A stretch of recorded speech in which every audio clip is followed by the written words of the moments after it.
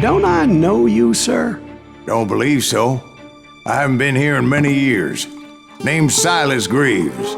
Silas Greaves? The bounty hunter? Used to be. Ah, what are you doing here in Abilene? Just passing through. Got a little business to take care of. Well, sir, it would be an honor if you would allow me to buy you a beer. Hell, son, it would be my honor to drink it. I'm Molly. Howdy. I'm Dwight. That's Jack and Steve. Ben's behind the bar. Oh, I bet you got some great stories. A couple. Any of them true? Jack, be nice. A few. What about your shootout with Henry Plummer's gang in Bannock, Montana? Is that where you started as a bounty hunter? That's what it says in this here dime novel. Don't believe everything you read in them dime novels, boy. First man I hunted was back when I was riding with Billy the Kid. You knew Billy the Kid? Damn right. That scrawny son of a bitch had no fear. Wouldn't back down for nobody. I heard he collected the 10 stars off any crooked lawmen who crossed him. It was a war, boy. The Lincoln County War. And Billy promised his regulators would take the life of every bastard who helped bushwhack John Tunstall. Kid had a big chip on his shoulder and a hair-trigger temper. Made him dangerous as hell.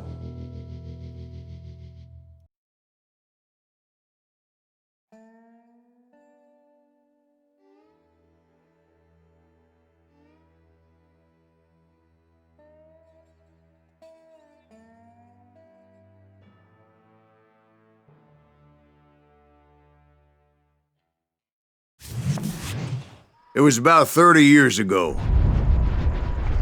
Billy was hiding out in an abandoned farm near Stinking Springs. I threw in with the kid because the man I had sworn vengeance on was riding with Billy's enemies. But before I tell you why I want that sumbitch dead, let me tell you what happened that day. I was heading back to the hideout when suddenly I had this funny feeling. Funny, ha-ha? No, Steve. The other kind of funny.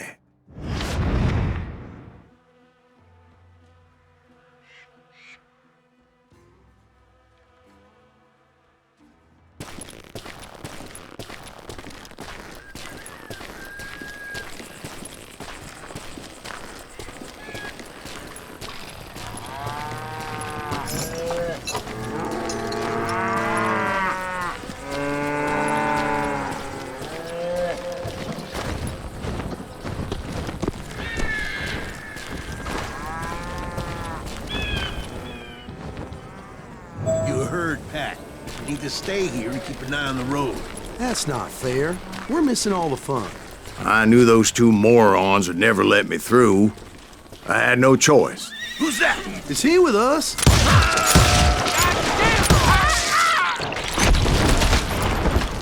Was it Pat Garrett's posse? Oh yeah.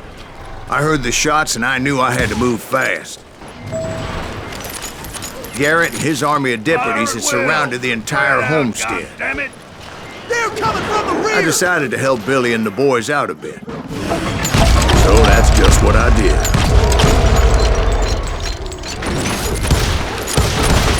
Hey, we have one behind us! Stay on! Covering fire! As the governor of New Mexico was paying for the kid's apprehension, Garrett was able to hire every gun hand in Lincoln County.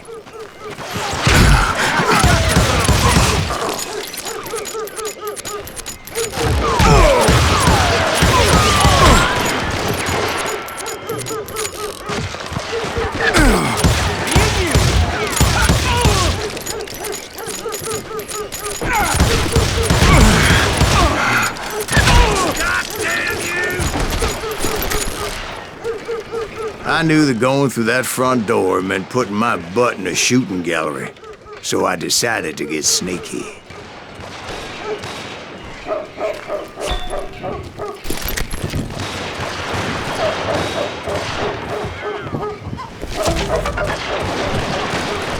Watch out! He's one of them! Garrett's men were running around like a bunch of chickens with their heads cut off. Still, one of them reached the water tower, bad idea. It would be a turkey shoot from up there.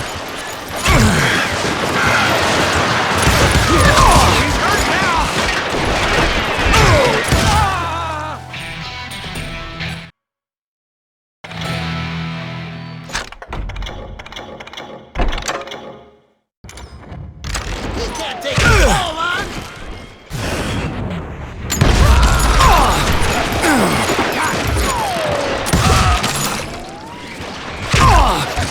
I'm done!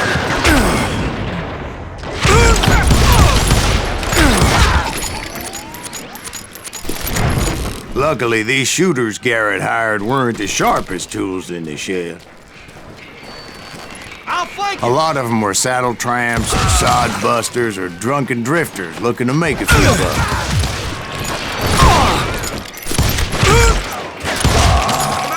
Then, I heard a friendly voice yelling at me from the window. Watch your Back flank! door! Through the back We'll door! cover you! We got you covered! Truth be told, things weren't much better behind the house. I cut their numbers in half, but that just made the ones that were left twice as mad.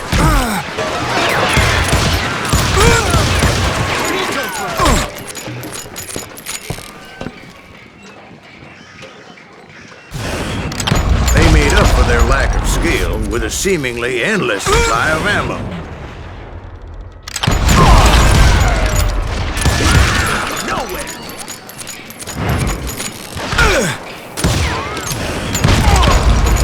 It was a bit of a slog, but I finally fought my way around the back of the house. And like that, I was inside, none the worse for wear. I passed Dirty Dave, and upstairs I found Billy and Charlie Rat Bowden. in a trap! I'll do you my set! How about that? Hey, you like that?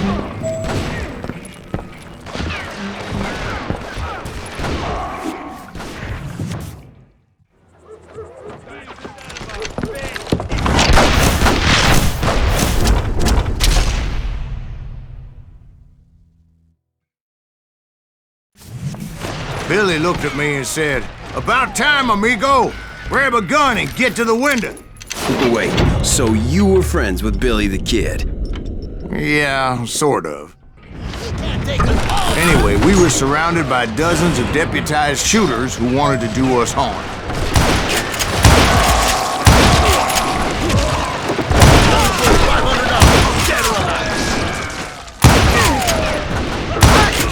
I'm telling you, Garrett's men were dropping like flies, but they just kept on coming. Kill him, Christ! Where the hell Garrett get to? He's missing more left!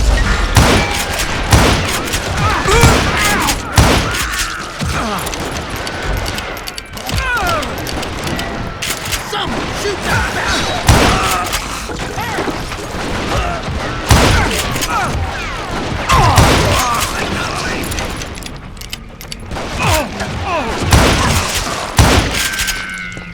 Kill him!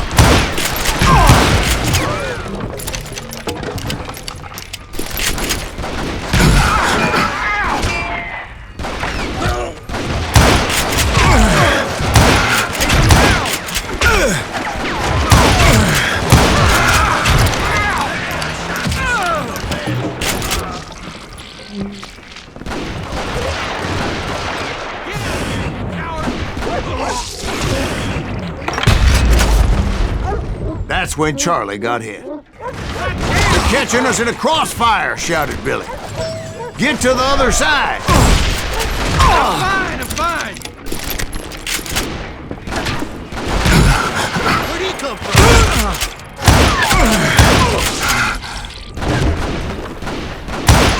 He's out of his mind!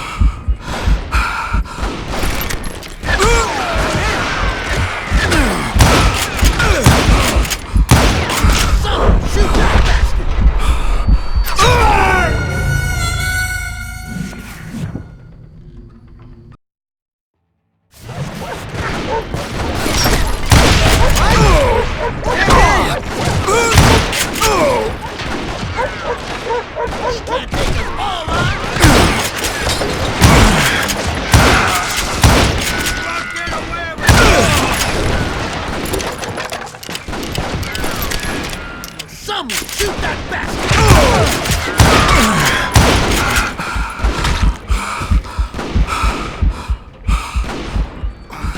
Where'd he come from? Here we go!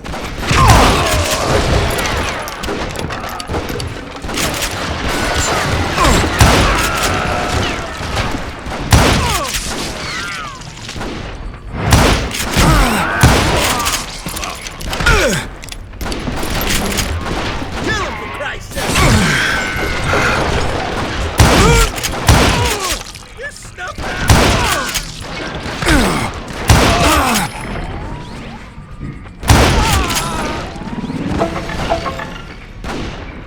He can't take us all on!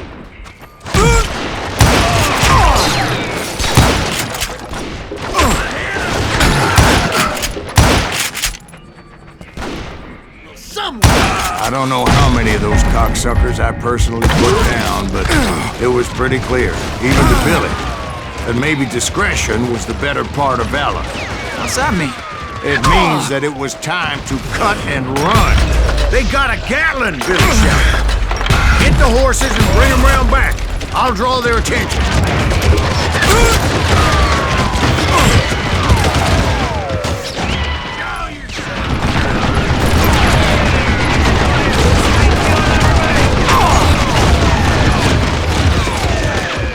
He directed that order at me, and I thought, why the hell do I have to do it? But I went anyway. Dumbass that I was back then. Hold him off while I reload!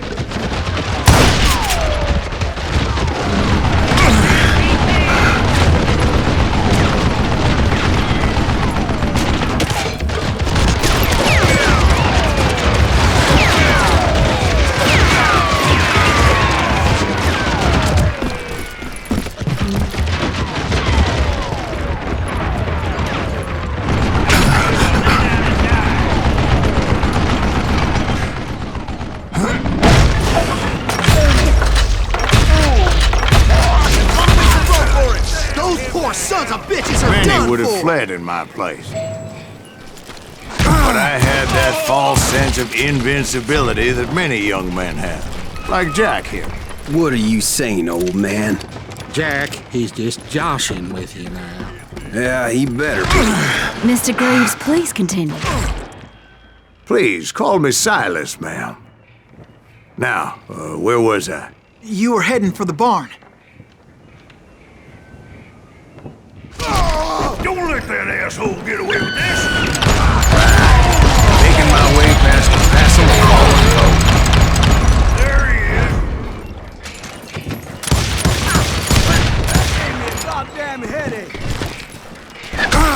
Sounds like Garrett hired a whole regiment of hired guns. Yeah, and just when I thought I was done with them, more of these hapless bastards would pop up. Oh, smoke that son!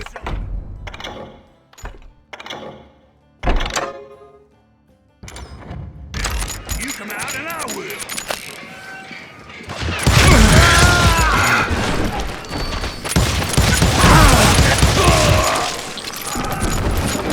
Finally, I had the stables within my reach.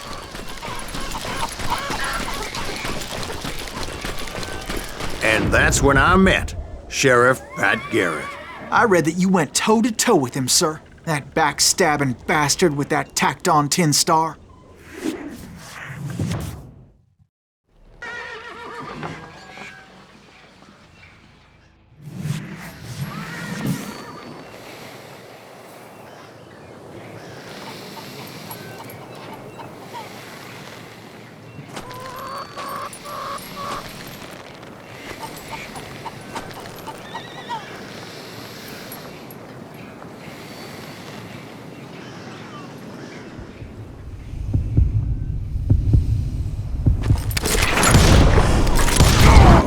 And that you killed him in a fair fight. Is that what that Penny Dreadful said? No, boy. That ain't what I meant when I said I met Pat Garrett. So let me start again. I finally reached those damn stables.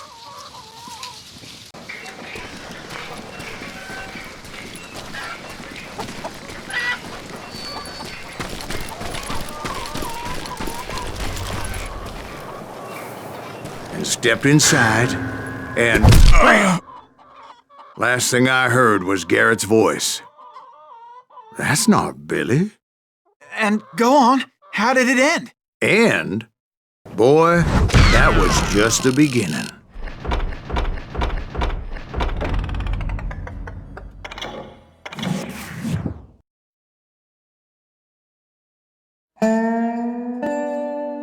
So what happened? Did Garrett arrest you? Yeah, after I came to, the bastard had clocked me with his Colt.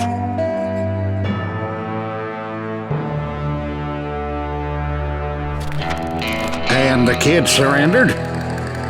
When he realized there was no getting out of there alive. So they locked you up in Lincoln? Indeed they did. Sentenced me to hang right along with the kid.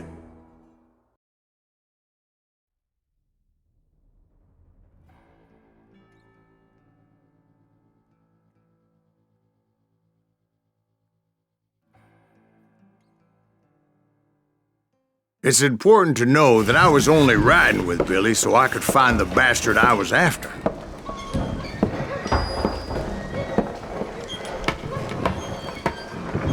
He was with John Kinney's gang, and they were sworn enemies of Billy's regulators. Why were you after him? I owed that son of a bitch a bullet for what he had done to me and mine. Instead, all I got for myself was a goddamn death sentence. Luckily, it was right around then that I heard Billy make his move. He shot Jim Bell and a few other guards as he made his getaway. Later, they wrote that some lady friend planted a pistol for him in the privy. What the papers didn't say is that Billy helped me escape, too.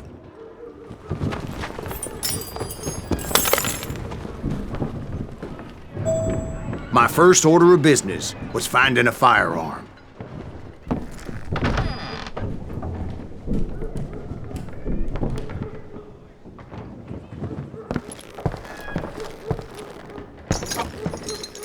Luckily, I located Deputy Bob Ollinger's mean-ass shotgun.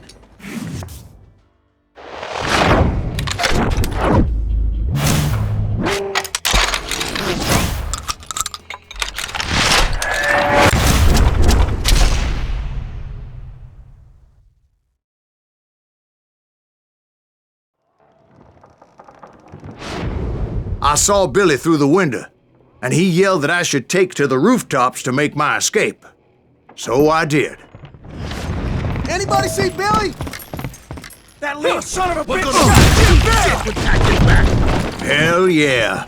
That scattergun was like a double-barreled howitzer. It could blow a man clear off his feet. You hardly had to aim the damn thing. The kids escaped raised a huge ruckus.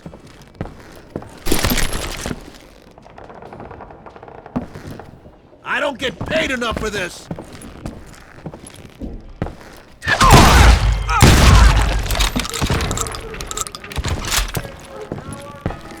Guards were everywhere looking for him. Can't let the kid get away. Oh my God! Anybody see him? I had to jump from roof to roof like a damn alley cat. I followed the planks where I could, but some of that wood was slippery as hell. The whole town was up in arms.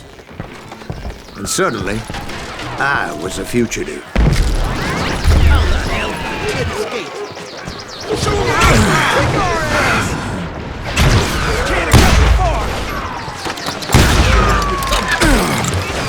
Then he broke out of jail. Violence is not the answer.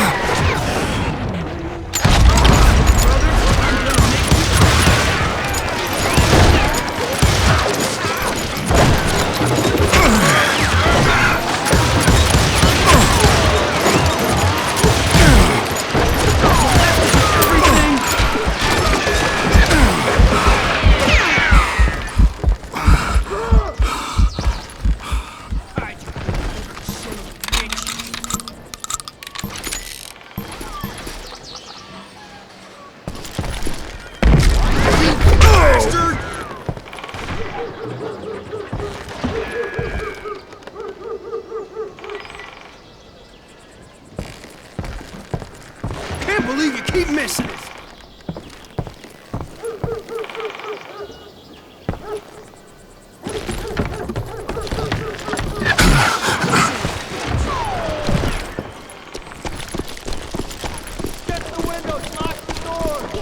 So that bastard you were after, what did he do?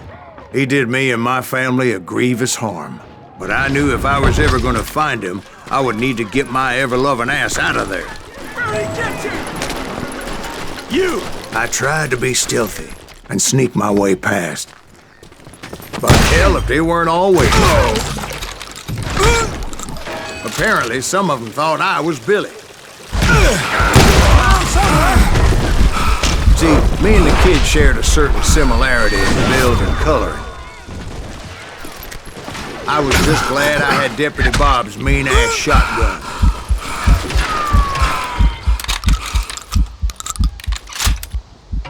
I think he's scared.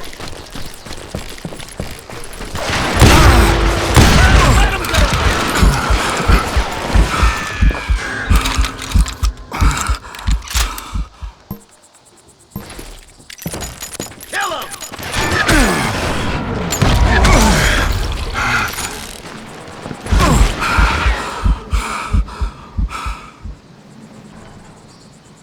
We're gonna be in deep shit when Pat gets back.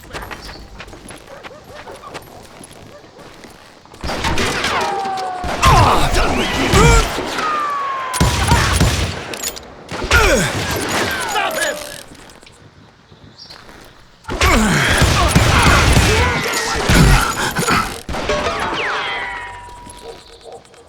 You won't get away with this. Had enough? Give it up!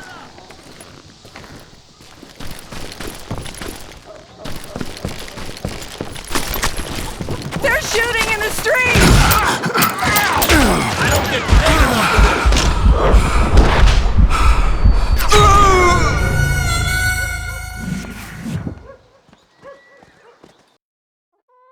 This town doesn't have a moment's peace. The windows, lock the doors.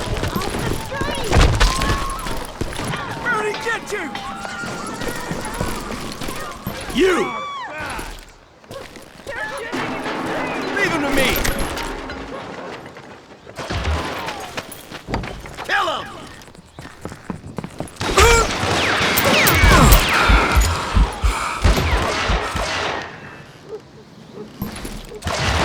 We can take him!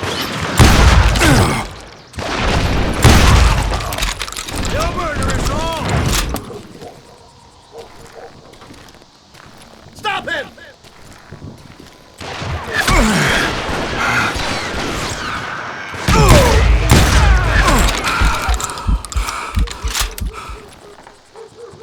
We're gonna be in deep shit when Pat gets back. Stop standing next to dynamite. Don't let him get away.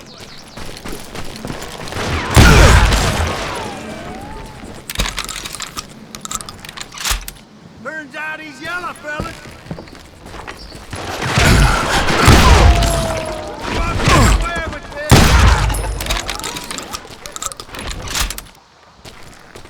You can't hide forever. They're shooting in the street! Die!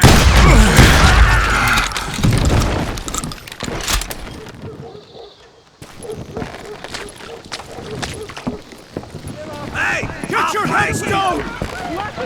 There's children here. Stop it! So much lead was whizzing by my head, it was like everyone in Lincoln wanted to put me in the ground.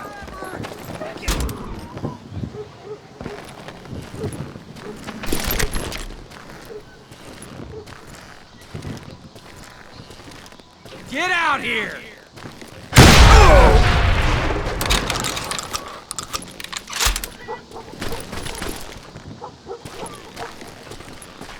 Leave him to me! You'll die for this, you hear me? Innocent people. Time to die!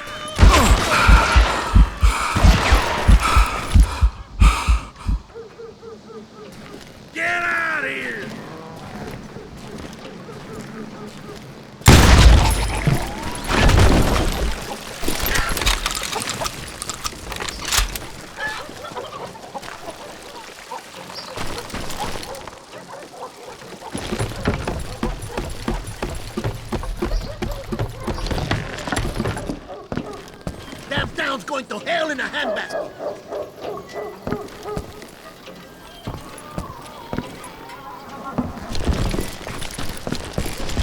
But where was the kid while you were busy getting shot at?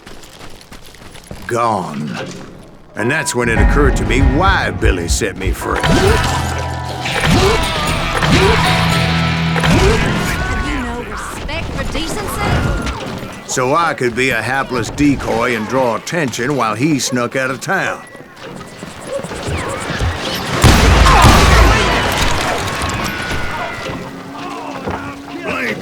I knew if I made it out of there in one piece, no one would put a price on my life. Because everybody in Lincoln would be dead? No, because they all thought I was Billy. And all that blame would fall on him. Bullets are useless against me. Boy, you are shit out of luck.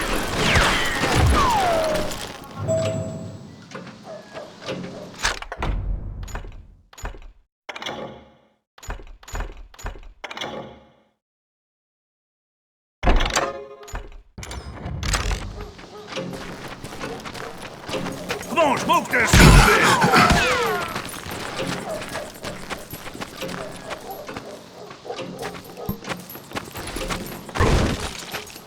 Come on, smoke that son of a bitch.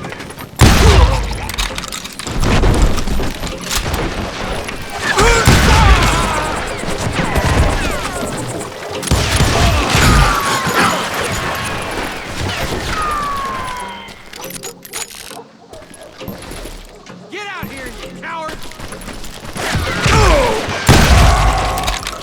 We're gonna be in deep shit when Jack gets back.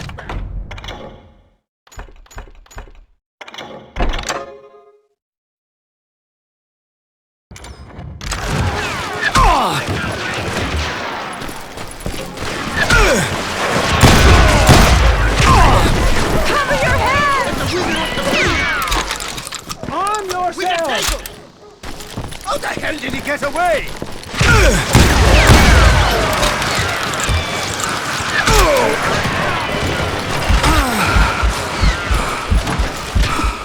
Don't let him get away! Had enough?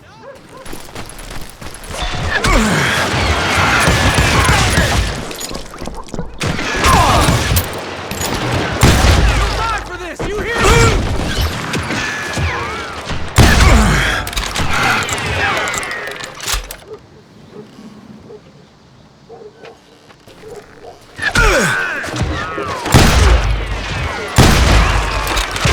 We're gonna be in deep shit when Jack gets back.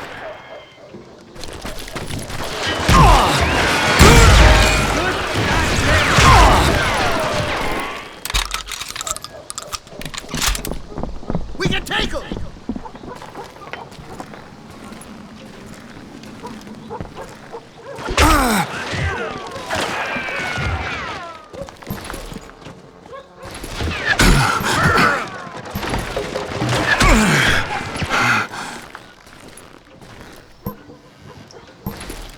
Show yourself, coward!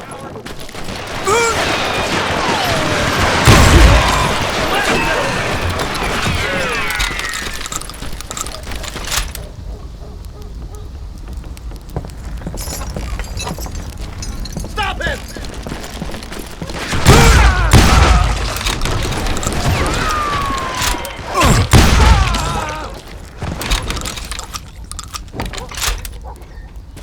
Kill him!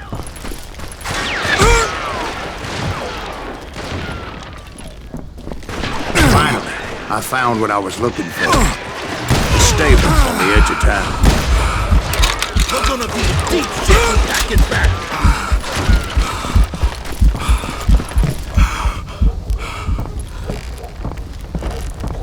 Get out here!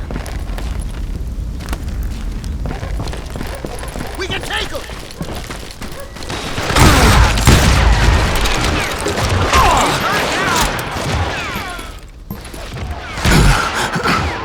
Let him get away!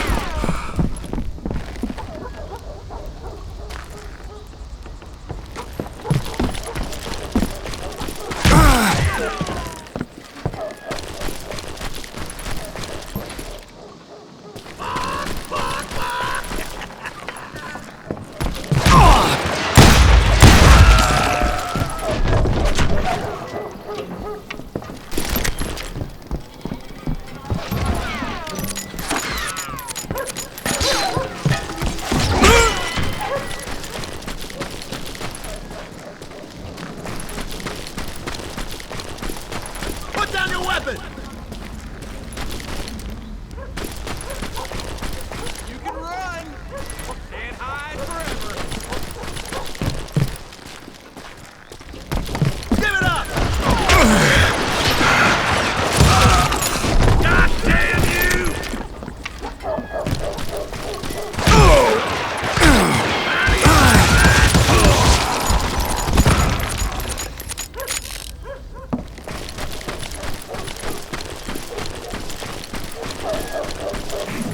I guess Billy saved your ass, taking out Bob Ollinger the way he did. Billy didn't kill Bob. Well, sure he did. He dispatched him right after he shot Deputy Bell. No, sir. Because Bob came right up behind me, angry as hell that Billy had lit out. "Hello, Bob," I said. "I think you better let me go." And he says, "I don't think so, boy. Not with my shotgun." So we stood there in the middle of the street, eyeball to eyeball. He intended to kill me, and I knew I had no choice but to defend myself.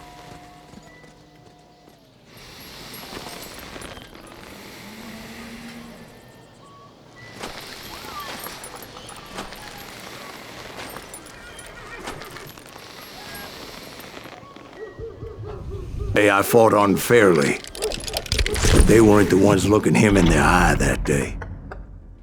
Pat Garrett gunned down Billy 3 months later, so his escape was all for naught anyway.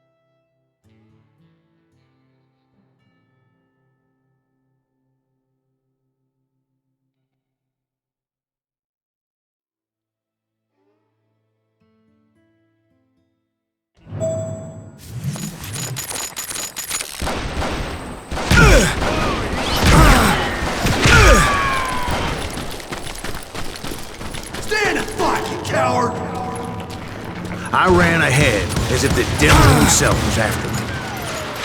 Bullets were whizzing by my ears, but I wasn't about to roll over and die.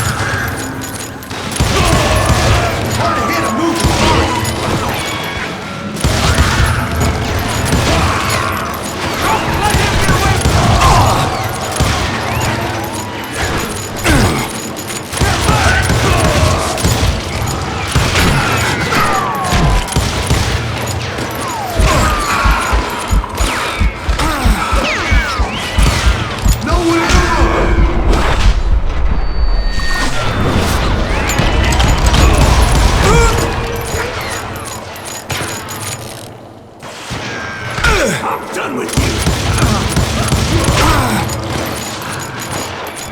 He's getting away!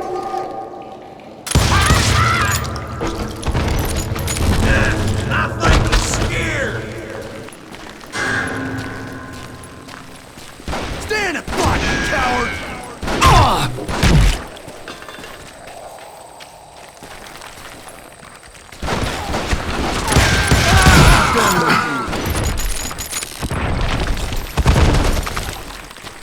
Hard to hit a moving target.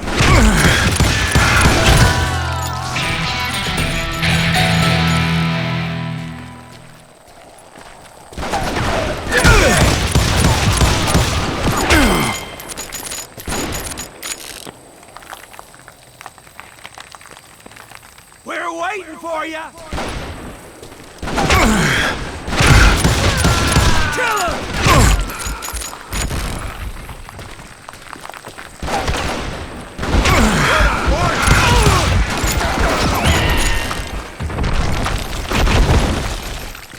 You're mine! How many has he killed?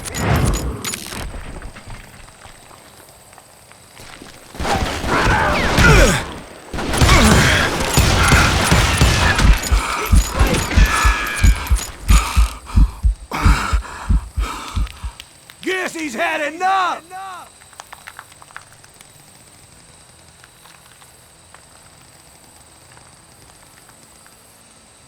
A dead man!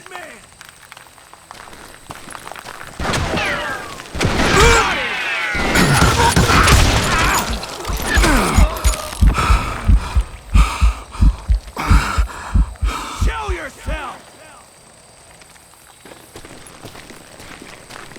Kill him!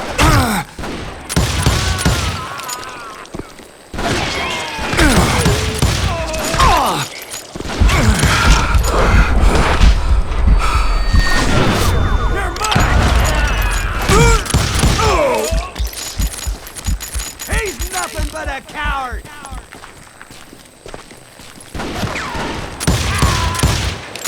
Ah, damn you! Show yourself, coward!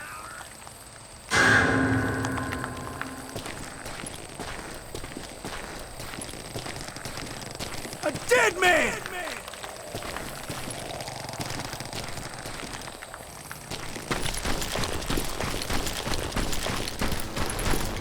Get out here! Okay,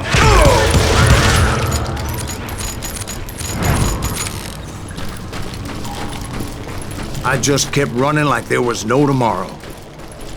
Because there wouldn't be if Clanton and his men caught up with me. As I was scurrying around those caves, I thought, what was I thinking? Going up against a gang like this?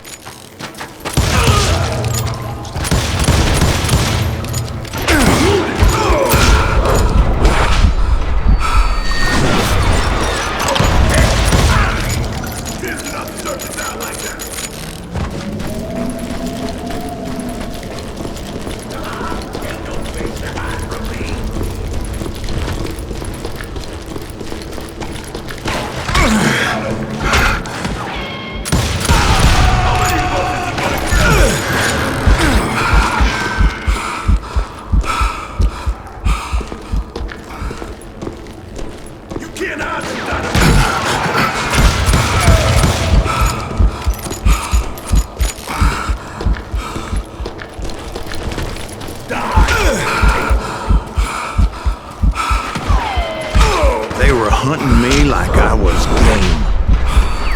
And I swear to God, that's how I felt.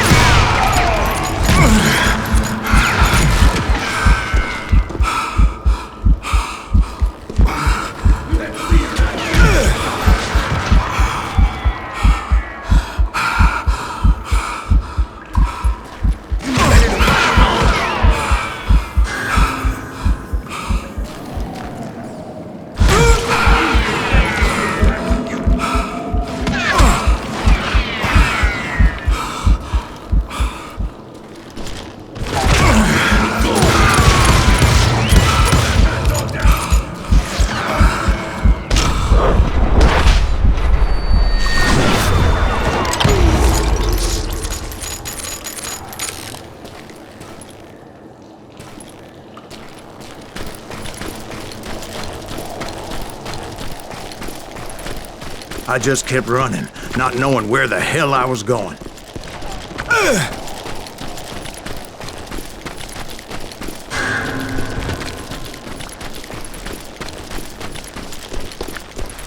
I got you now!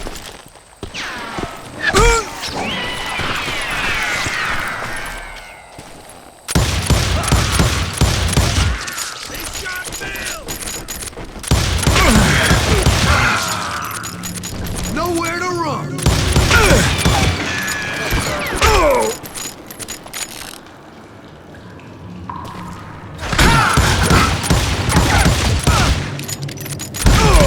Where's he gonna run to now?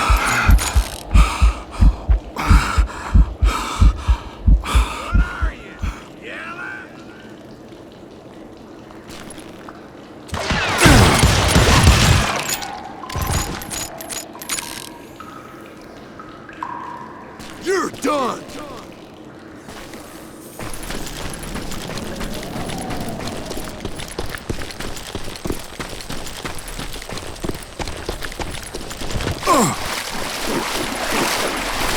And that's when something miraculous happened. Like manna from heaven. I found the desiccated remains of what looked like an Apache warrior. The old weapon next to him supplied me with some much-needed ammunition.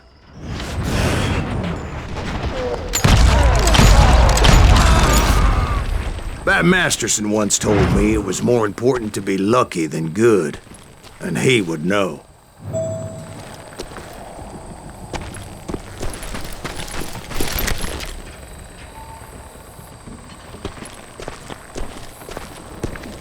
And imagine my surprise when I found a fistful of dynamite to go along with that ammo. That stroke of good fortune evened the odds and bolstered my confidence. It was time to turn the tables. Time for the prey to become the predator. Time for the hunted to become the hunter. Time... All right, Jesus, we get it. They were right where you wanted them. That's right, Jim.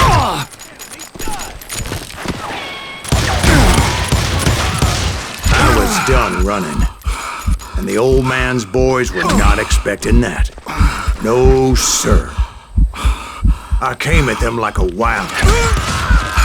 My fury knew no bounds. You can't hide forever! Kill him! He's out of here!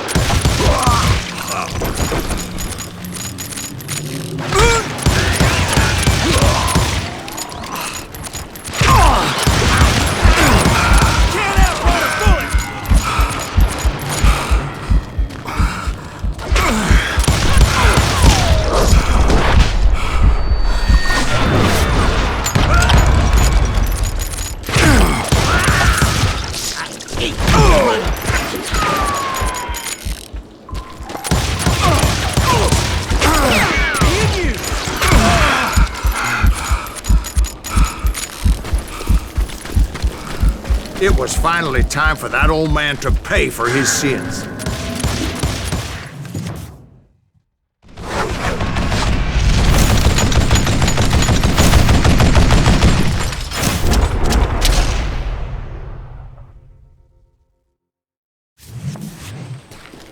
I yelled out at the top of my lungs, "Clanton, I'm coming for you!"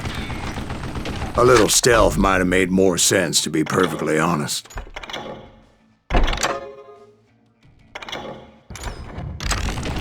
Because that old fool had a Gatling gun and enough bullets to last him till kingdom come. But I knew I could not let that deter me. Not if I was to find and kill Ringo.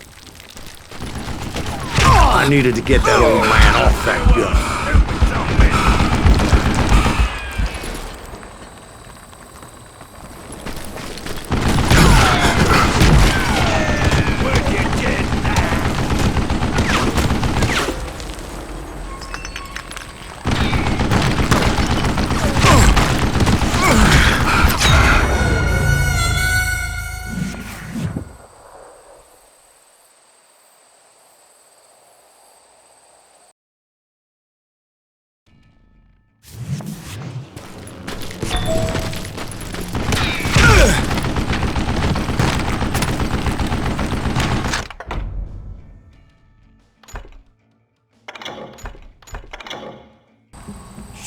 yourself! You stupid son of a bitch! What a piece of crap! Where'd you get that? Stop your hiding from me! Wait! That damn book!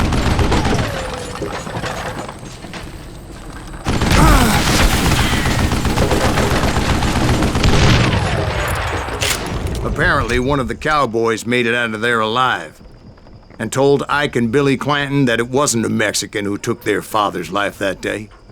They just assumed it was one of the Earps, and that little misunderstanding eventually led to that legendary gunfight at the OK Corral.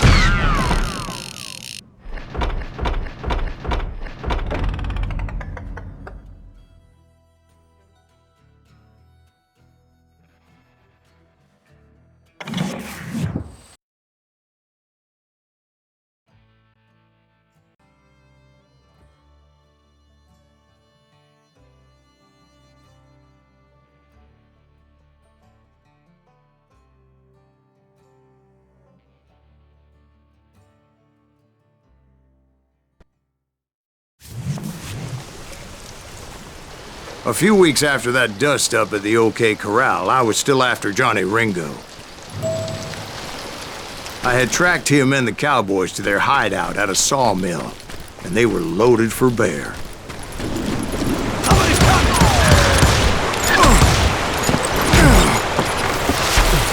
So, what exactly did Johnny Ringo do to piss you off? Well, him and that other bastard.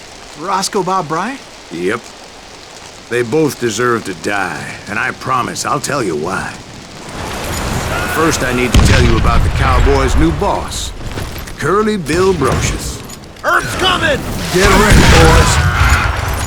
Curly Bill took charge of the Cowboys upon the old man's demise, and after that gunfight at the OK Corral, the Clantons wanted revenge. So they murdered Morgan Earp and grievously wounded his older brother, Virgil.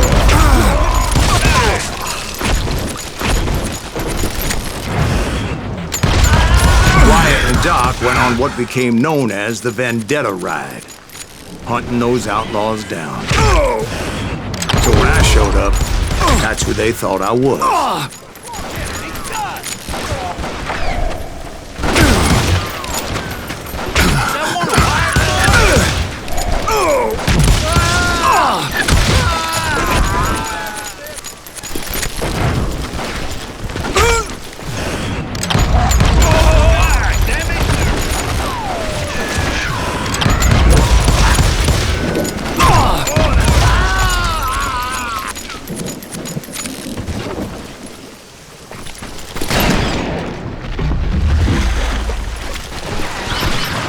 There were killers around every corner, all wearing red bandanas.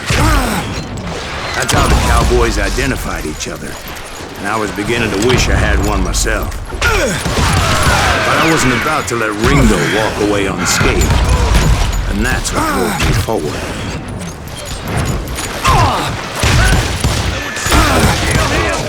They say that Ringo was infernally fast. I hardly saw anyone faster, boy. Certainly not Wyatt Earp. That man was all hat and no cap.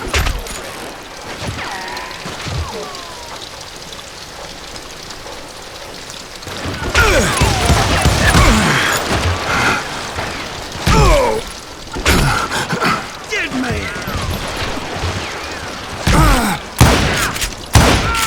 Earp wasn't much of a match for him, but Doc Holliday might have taken him. That Lunger should have kept his nose out of it. He never charged anyone for the murder of Morgan Earp. But everybody knew that Curly shot him in the back. That was common knowledge.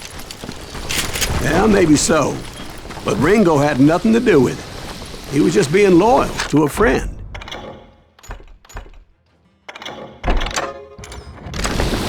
Is that what you call it? Being loyal? Well, to get to that loyal friend, I had to pass by some buzzsaws as big as a man. Excuse me, sir. I have a question. What's that, Dwight? After old man Clanton died, why didn't his son take over the Cowboys? Because Ike Clanton was dumber than a box of rocks and a yellow belly to boot. Now, where was I? Taking down the entire cowboy gang single-handed. Indeed I was, Jack.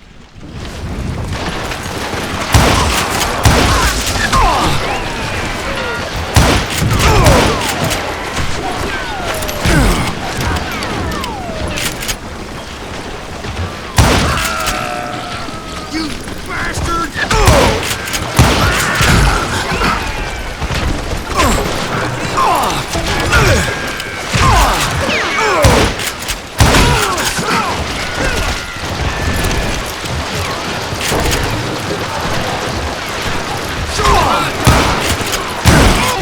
Though it wasn't easy, as those boys had good cover.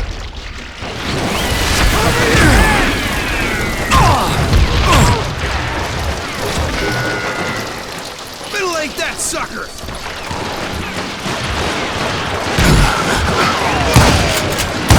Man can shoot.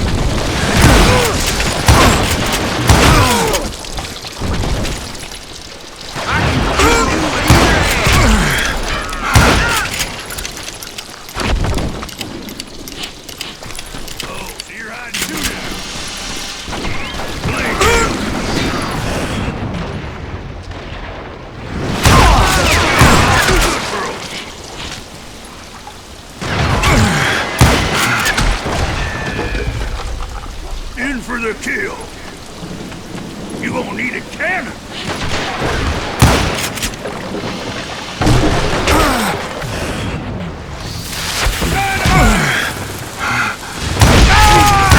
Carts everywhere, piles of lumber, and God knows what else for people to hide behind. That really was one hell of a sawmill. Quite an impressive operation.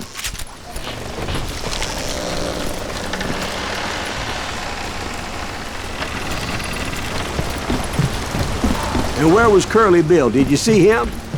I'm about to get to that, Ben. Patience. I'm painting a picture here.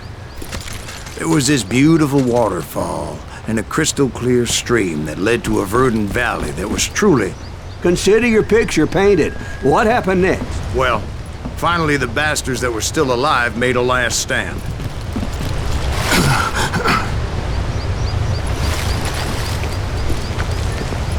Curly Bill, Johnny Ringo, and his compadres took off into the lumber yard, and I followed after.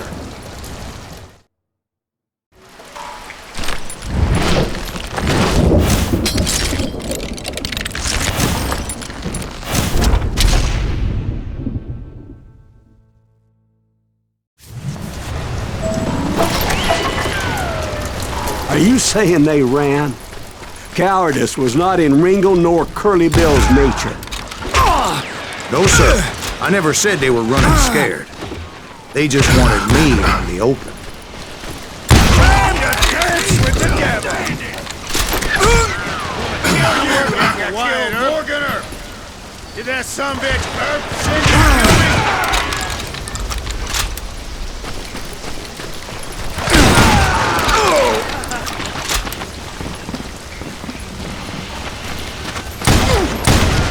Be right here if you need me. Time to kiss your ass goodbye. This ain't my day to die.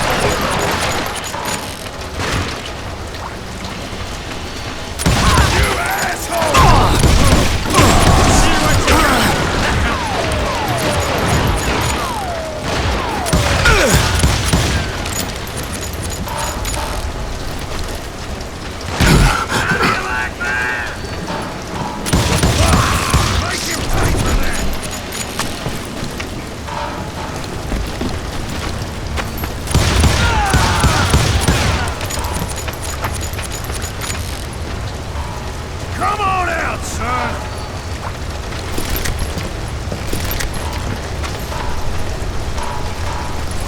You working for Wyatt Earp? Got no chance and no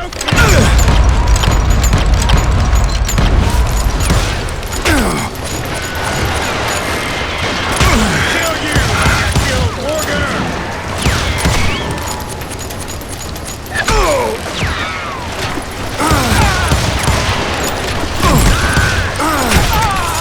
Why is he still standing?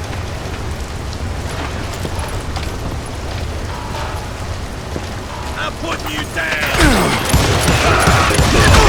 Asshole!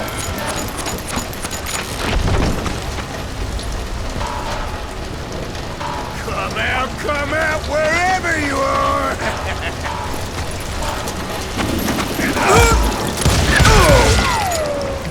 Brocious gave me no choice but to take his life. But Ringo was nowhere to be found. I knew you didn't kill Ringo, because he was found dead in a different location altogether. To this day, his killer is still unknown. Indeed. Took me a few months before I finally tracked his ass to West Turkey Creek Canyon.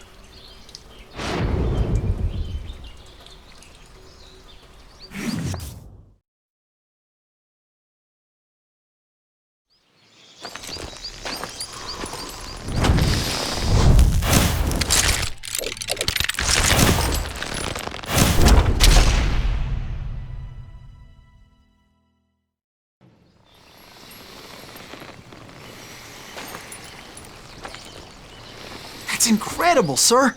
I always thought that Doc Holliday was the one that killed him.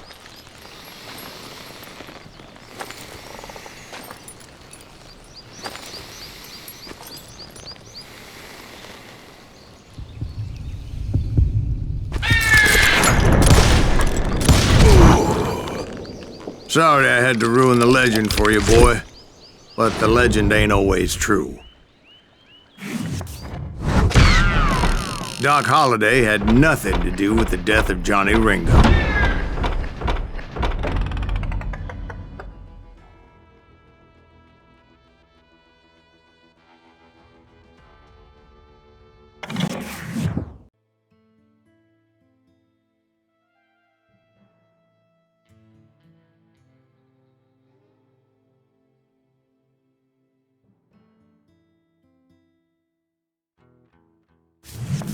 I knew I needed resources if I was going to track down Roscoe Bob Bryant, and hunting Plummer looked like a good way to get rich quick. As the local vigilantes exposed him as the leader of the bandits, and put a generous price on his head. Plummer rallied his gang to plunder one last gold mine before making their escape, and that's where I thought I'd find him.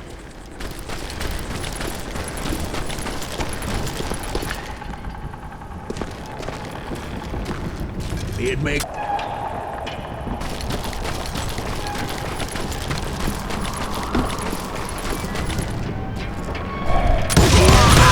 the hell is that thing? Don't let him get a shot up!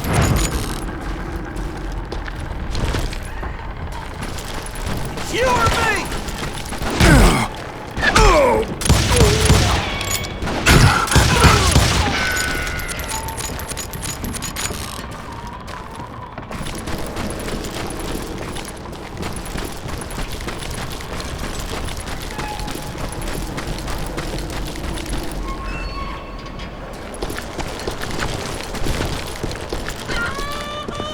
I knew that dynamite wasn't mine, so I decided the polite thing would be to return it.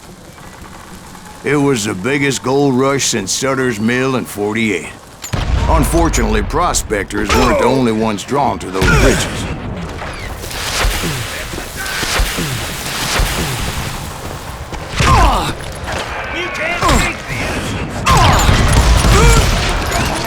There were thieves and killers, robbing travelers and hijacking gold ships.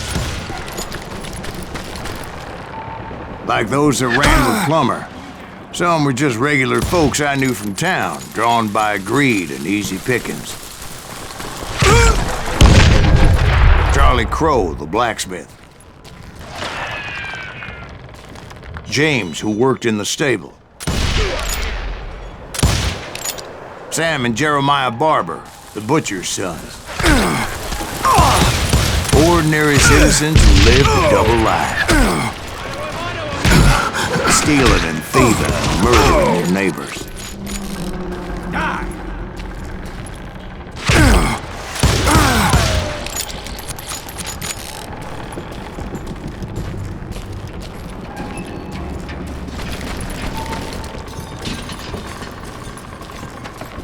Do you know who we are?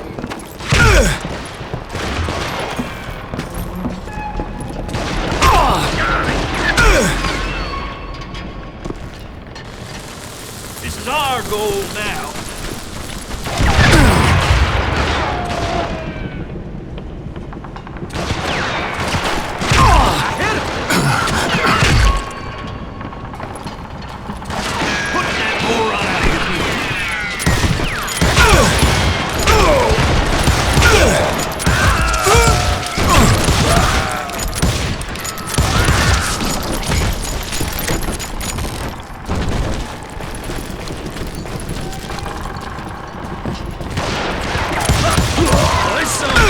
Of course, the rest were veterans of the Civil War. Stone-cold killers trained on the bloody fields of Shiloh and Antietam. Dangerous, desperate individuals. Plummer had a lot of men on his payroll. A hell of a lot. That son of a bitch pretended to protect the public with one hand while stealing them blind with the other. He set up a defensive perimeter which I had no idea how to breach. I was outnumbered and in way over my head, but I was too damn stubborn and stupid to realize it. They must have thought I was tough. Or had some kind of death wish. Seeing as there were barrels of gunpowder everywhere. Watch out for the goddamn gun! I thought I was some kind of hero.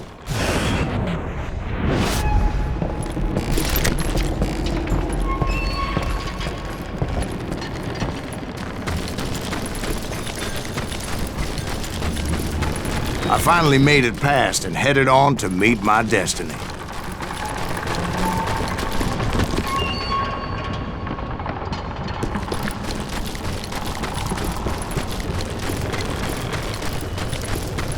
But first, I had something I needed to figure out.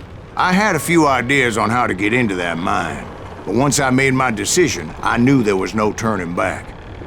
So my first thought was to enter the nearest mine portal. I saw an entrance. Made sense. Let's do this.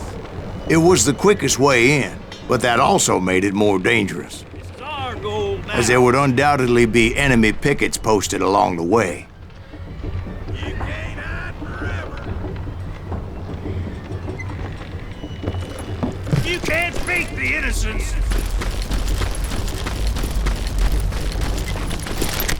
Oh! Hey, I shot the son of a bitch!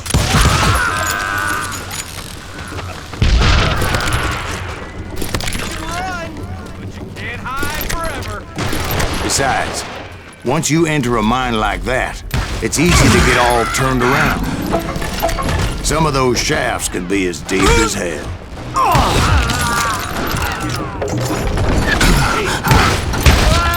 A single stumble or misstep can easily end in a deadly plunge to oblivion.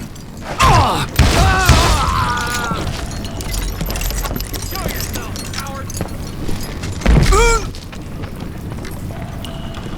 Let's do this!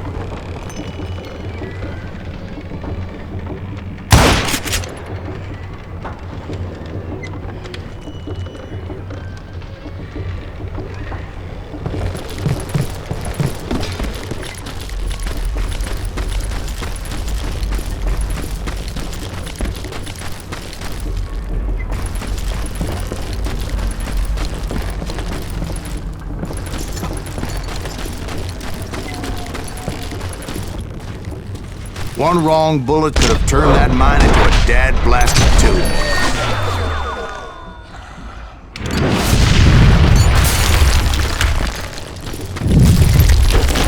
I freely admit that my plan of attack was not just moronic, but clearly insane.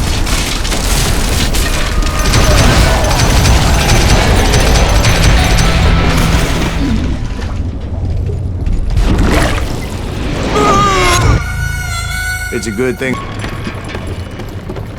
It was a long way around, but that approach seemed more sensible at the time.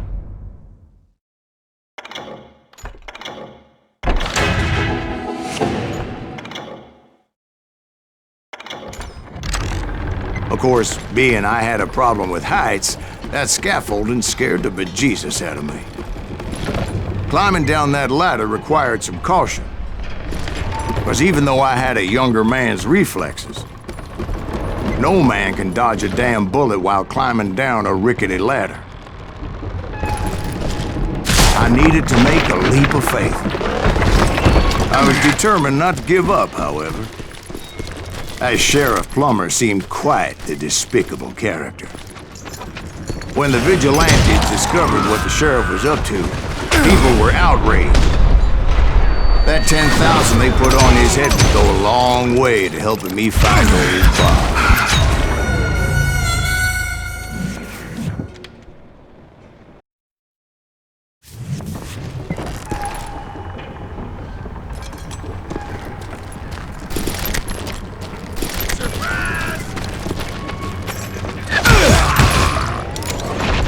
You can't beat the innocent! And I had made it my mission to settle that score come hell or high water.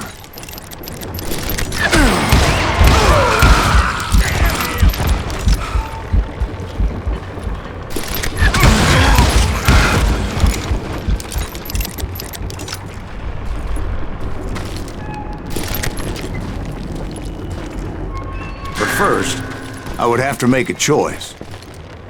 Take the elevator or climb the ladder. I picked the more convenient and more dangerous route.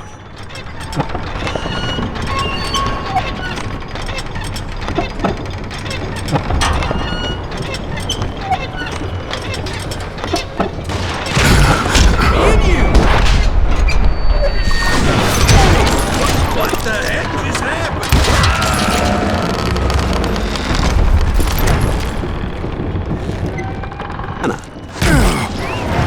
Well, he was the sheriff of both places at one time or another, but that's neither here nor there. Time to die!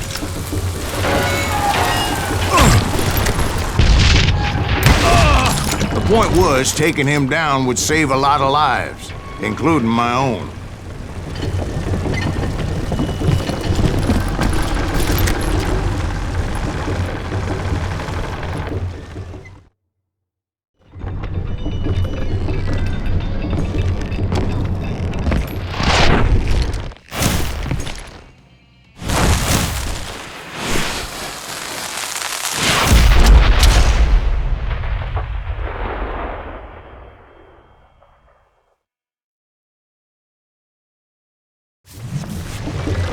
They're gonna need a dustpan to pick you up! This day is just getting worse and worse for you!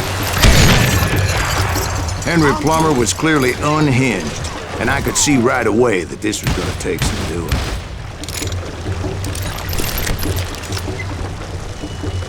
You can shoot! Why can't you aim?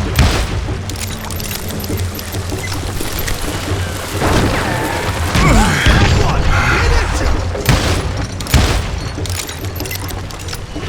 No blood money for you today!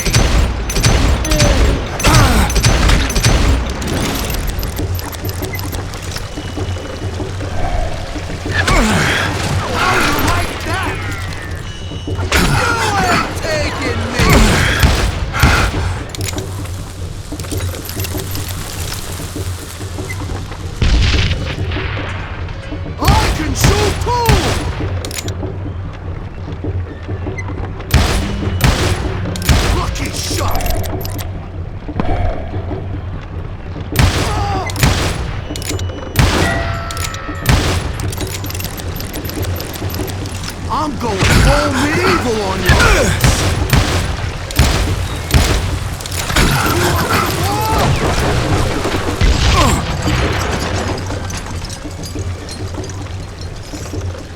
What are you? Yeah. You can shoot, but can't aim. Damn it! I need some help here. Come on, boys! Take this cocksucker out! Oh, my damn eardrums! Oh, brother, I'm gonna make you pay for that!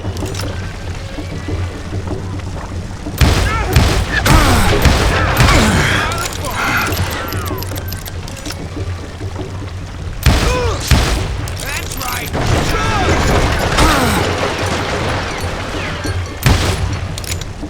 Time to fill you full of lead!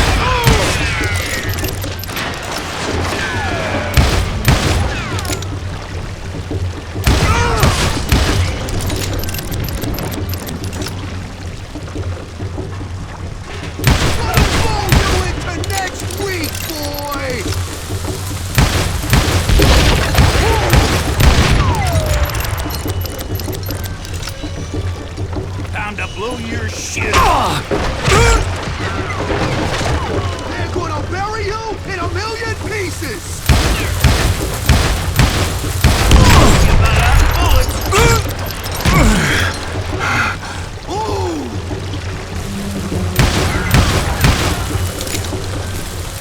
Put that moron out of his misery! That's this, you son of a bitch!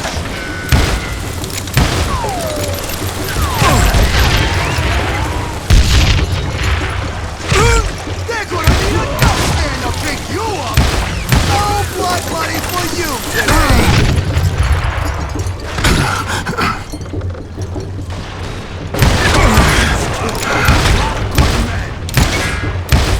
I'm going all medieval on your ass! What do you think you're doing?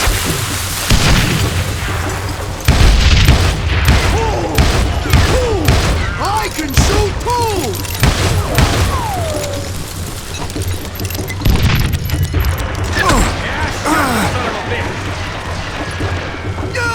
Taking me!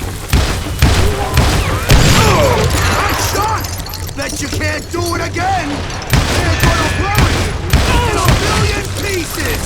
It's our gold now! Boom! You killed it, or I killed you!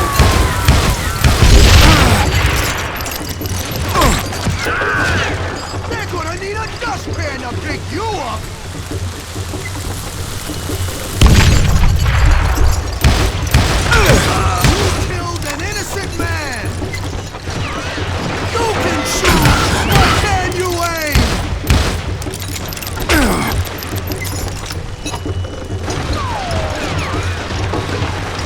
I'm going all medieval on your ass!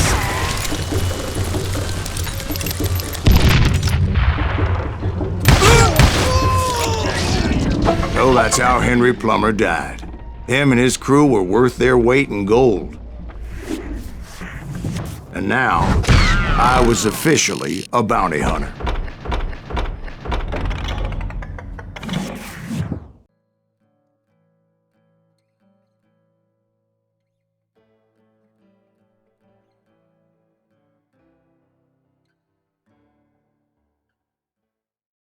I dodged death many a time, and that night in ABILENE was no different.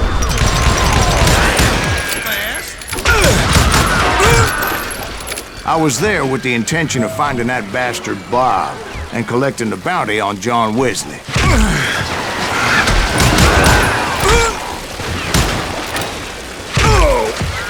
I thought the Texas Rangers got heart. Yeah, that's what they want you to believe.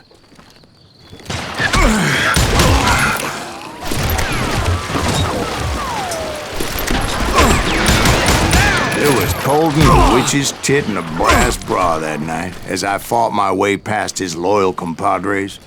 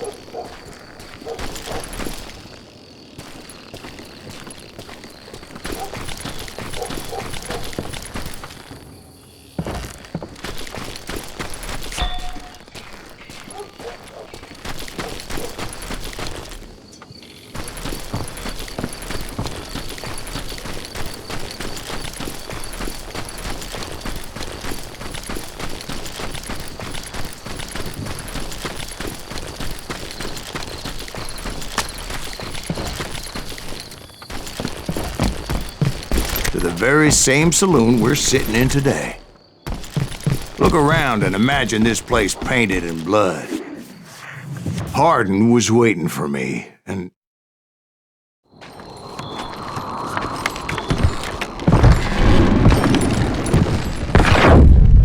Wait, I'm jumping the gun here.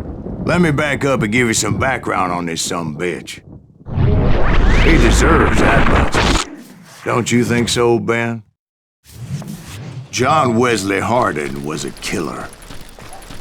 By the end, he confessed to taking the lives of 42 men. He was a bona fide folk hero by then, and had amassed a gang of armed miscreants and other assorted thugs.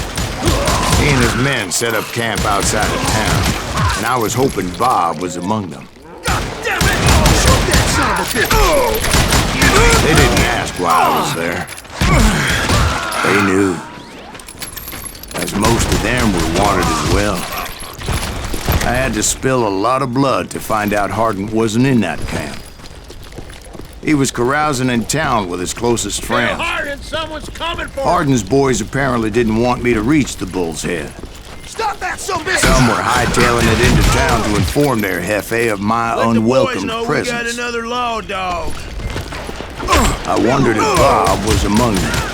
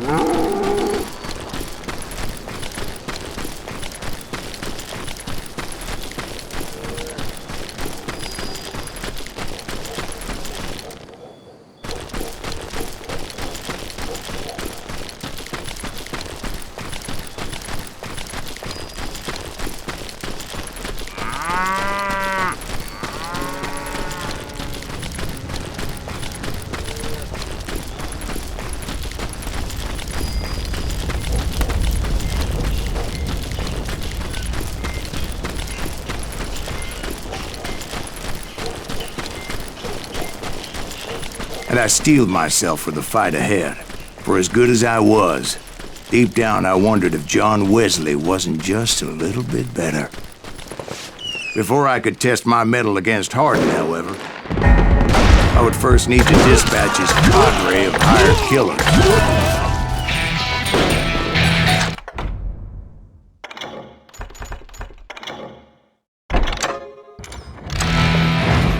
Most of these degenerates were beyond redemption, but John Wesley might have been a different story.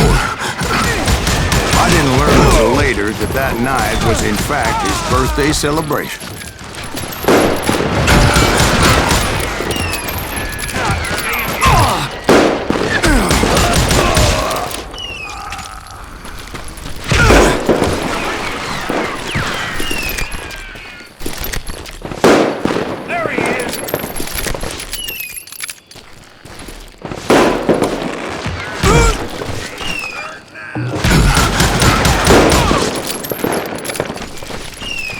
Get a good shot at him.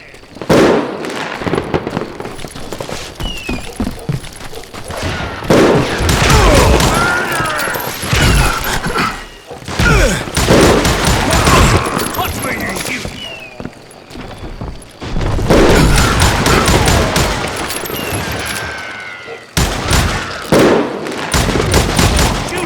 Shoot him!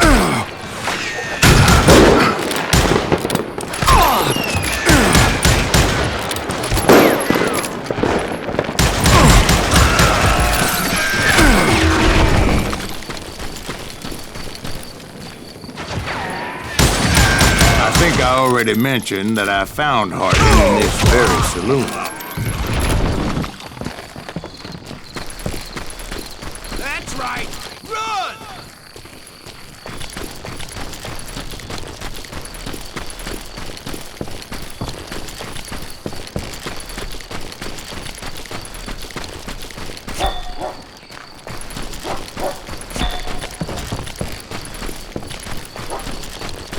You better hide!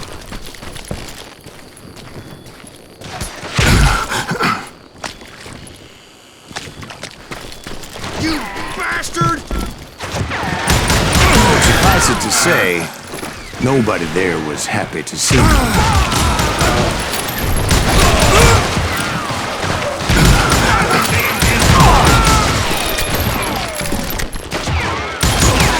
In fact, I felt a certain hostility.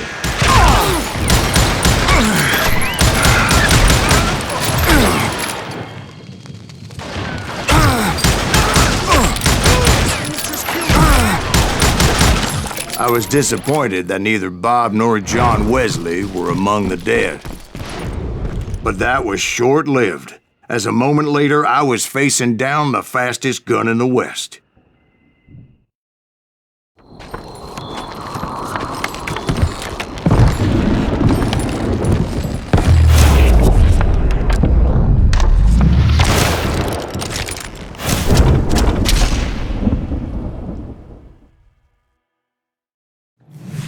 I felt a bolt of adrenaline, or maybe that was fear. He was well known for his tricks, and I knew I'd need my own if I was ever to defeat him.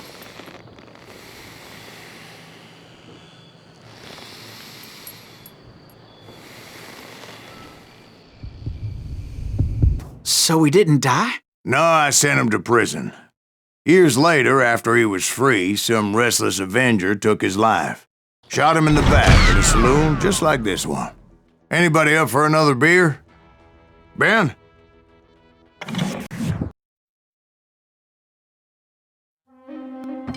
Thank you, darling. Yeah, some say revenge is a dish best served cold. So whatever happened to that Bob guy you were after? Personally, I'd like to hear some of your other adventures. Like, I don't know, did you ever go toe-to-toe with a red man?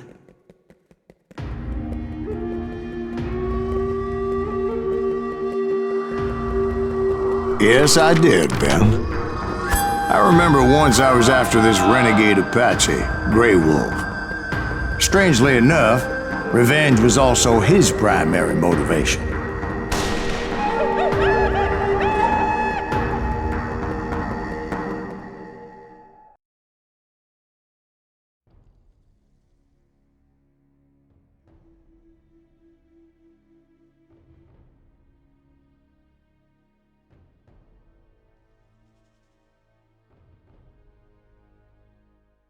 A bounty was put on Grey Wolf's head, and that's how I came to hunt him in the mountains. Mountains so high they tickled the nether regions of heaven.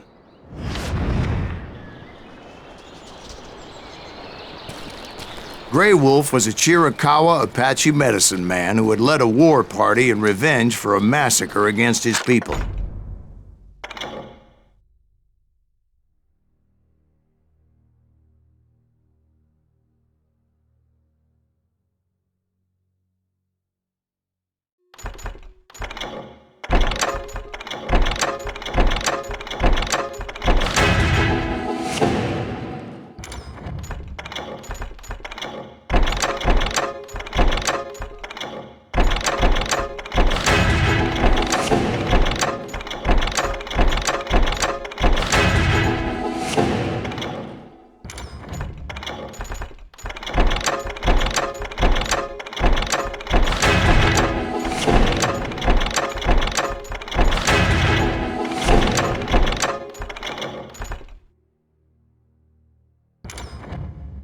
The U.S. Army had attacked his tribe during his daughter's sacred sunrise ceremony, and the slaughter was unspeakable.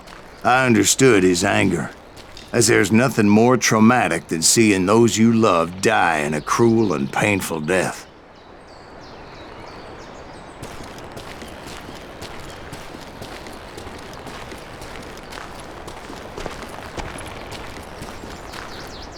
Right from the beginning, I couldn't shake the feeling that Grey Wolf was watching my every move. He led a band of young Apache warriors who wanted retribution and were more than willing to die for him. We got a lot of those.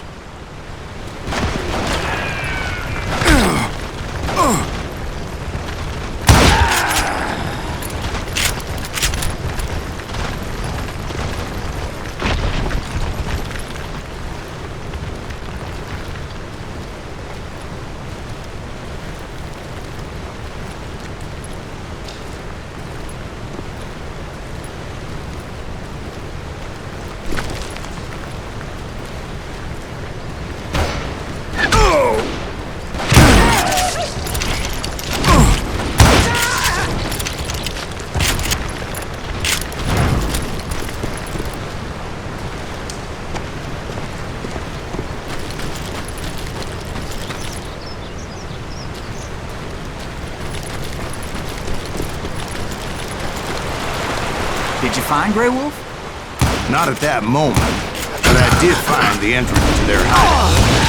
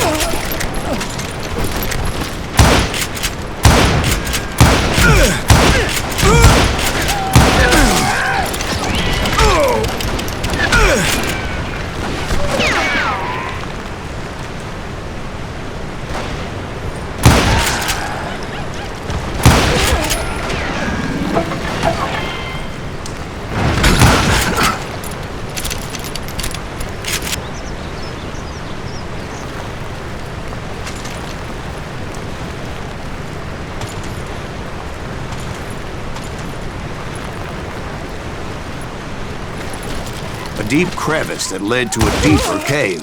Don't tell me you went in there. Yeah, but it's not out of bravery so much as pure, angry cussedness.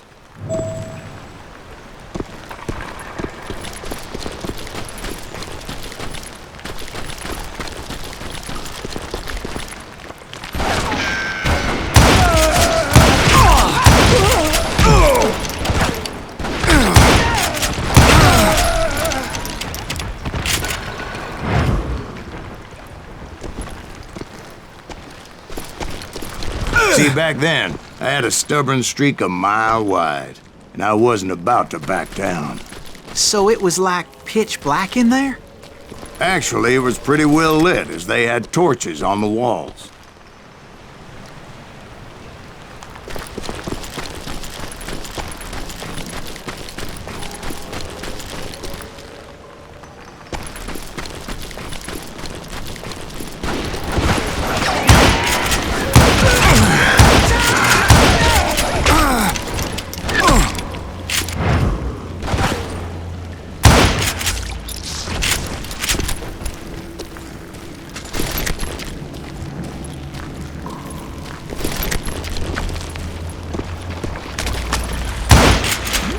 How big was his cave? Big as hell, Ben. Chiricahua had hid out there during the Indian War.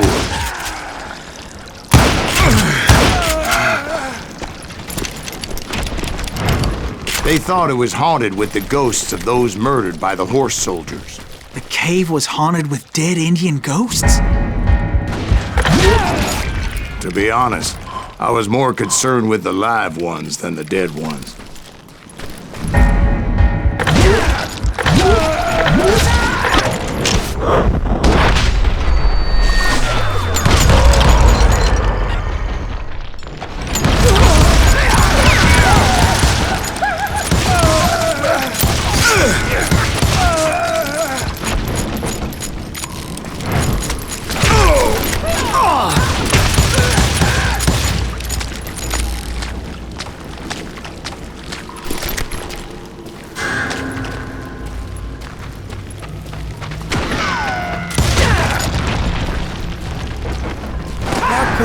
so much about engines? A few years back, I was married to 2 Mescalero women. At the same time? Yeah, they were sisters. Polygyny is traditional among the Mescalero. So what happened? Oh, I had to get out of there. Those girls never shut up. Both of them nagging at me all the time. Drove me half crazy. Haven't seen them since. No, I mean, what happened with Grey Wolf? Oh, well, I pursued him into the Cave of Death.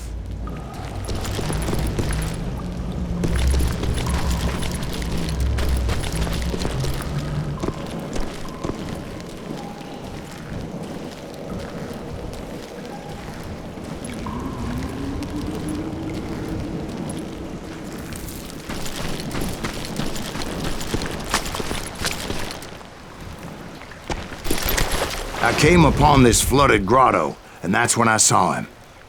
He came to me unarmed and unafraid. His voice echoed in the shadows, and I sensed he meant me no harm.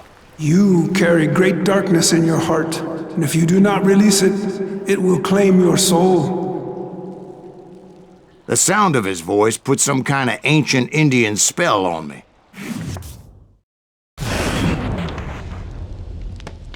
As his story unfolded in my mind.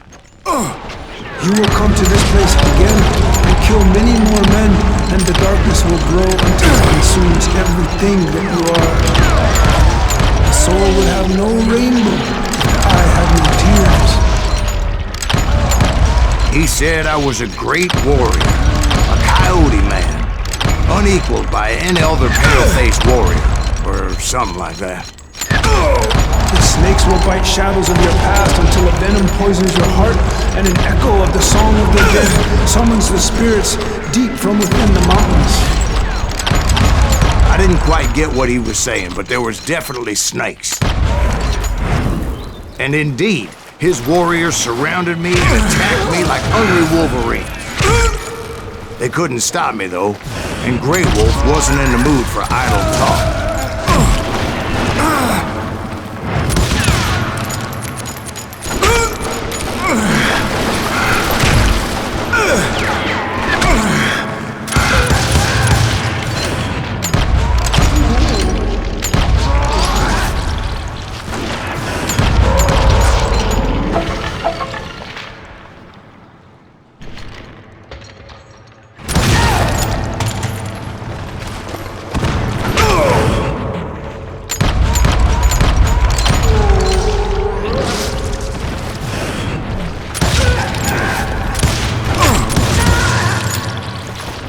I swear I couldn't see any way out of this trap. But suddenly, one just appeared. Kinda like a miracle.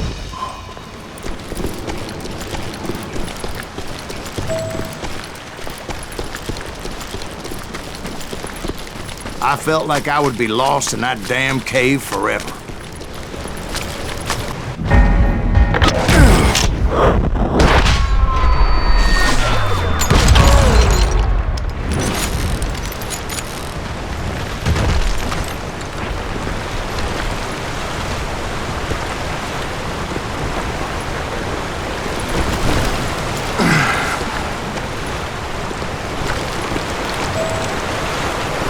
I chased after him, determined to make him explain the meaning of all that mumbo-jumbo. Mumbo-jumbo is right. Are you making this all up as you go? A few details may be fuzzy, brother, but I am relating exactly what happened to me. There were dozens of Apache warriors aiming at me from on high. Dozens? Well, maybe not dozens, but there was a lot of them. At least 3 or 4. Well, more than that, little lady.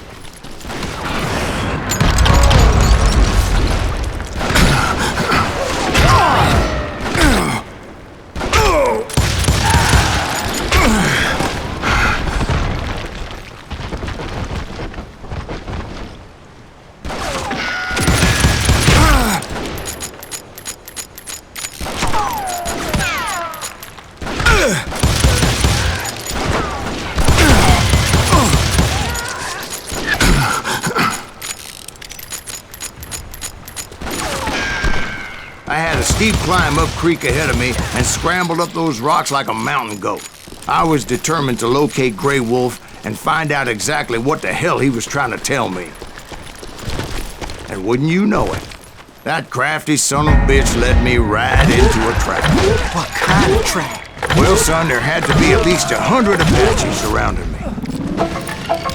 100? God be my witness. Oh, come on. Who you kidding? Hey, I believe you. Come on, tell us how it ended. All right, but I'm not gonna drag this out. Where were we? You were surrounded by 100 Apache warriors. Well, I didn't take the time to count them exactly, but there were a lot of them.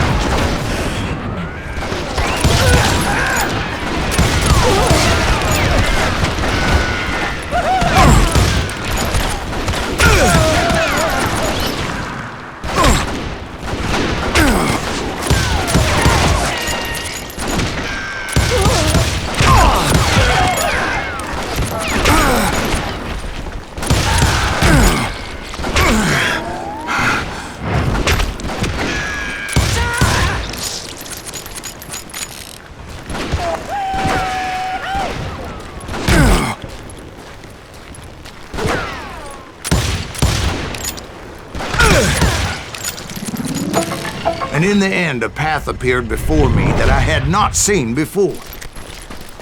I followed it as I desperately needed to find out what Grey Wolf was trying to tell me. But it was like that son of a bitch disappeared into thin air.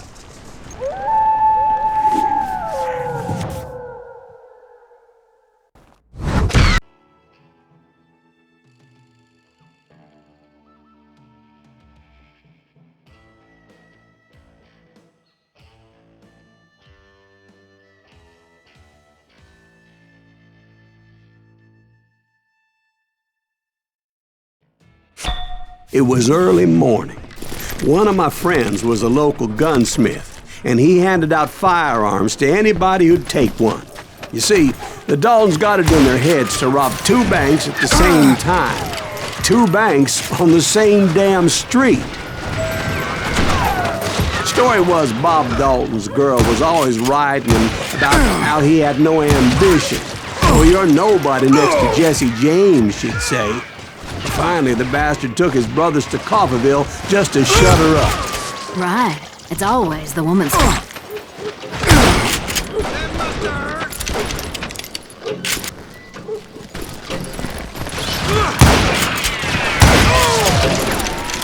Well, the locals recognized the Daltons right off.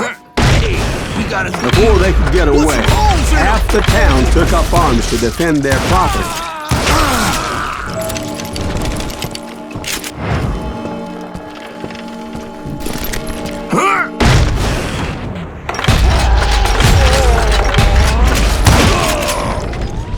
The brothers paid dearly for their stupidity, but everybody knows they had it coming. There's more to it than that. I read all about that day, so I know for a fact that it went down very differently. First of all, it was high noon. A posse of U.S. deputy marshals were on the rooftop across the street. Get ready, boys. They're gonna make a move. The lawmen had been tracking the Daltons for months, and now they finally had them dead to rights. Among them was a bounty hunter feared by many a lawbreaker. This man had no intention of letting the Daltons slip away. The marshals tried to get the Daltons to surrender. They'll give up eventually. We just gotta wait till some of the bitches out. This bounty hunter knew that the brothers were far too proud to ever lay down their guns.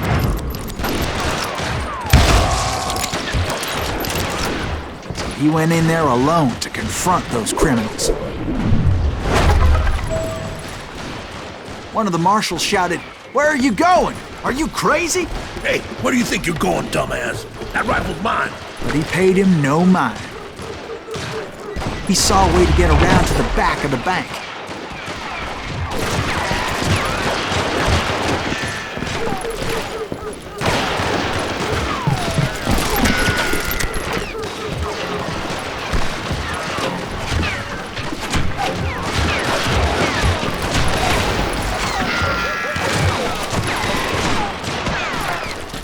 Then he figured out how to hit the Daltons from a direction they weren't expecting.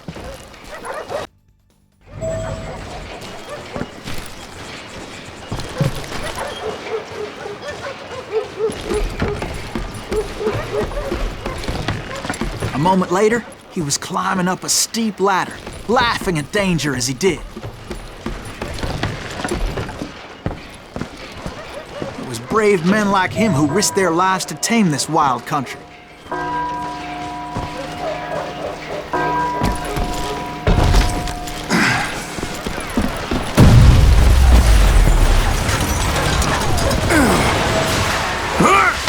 We've got company! Heroic men like him, who did what other men couldn't or wouldn't to make this country free. Like Jim Bowie. Is that and Davy Silas Crockett, Greaves? who Son died of a defending the bitch!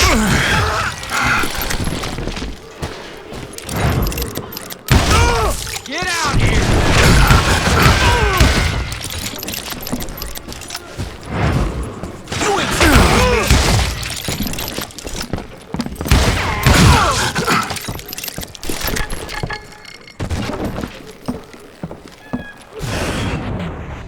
Over there!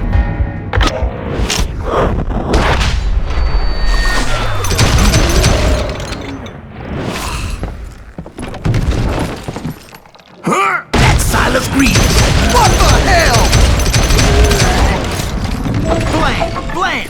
He came away victorious, taking down those thieving Daltons. His name was Silas Greaves, and when the dust finally settled, he was the last man standing. Sorry, kid, but that just wasn't the way it happened.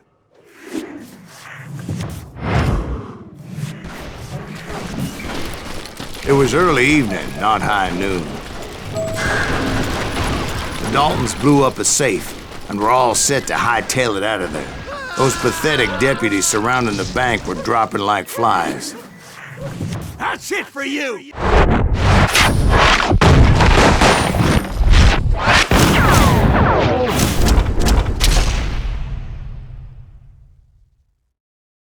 I had been tracking those jokers for months, waiting for them to do something reckless. In for the kill! And finally, they did. Those stupid bastards decided to rob 2 banks at the same time in the same town where everybody knew them. But they still had friends in Coffeyville. Look! Boy, you are getting love. He has it coming! Can you shoot around corners? Shoot, I dare you! Oh, now what?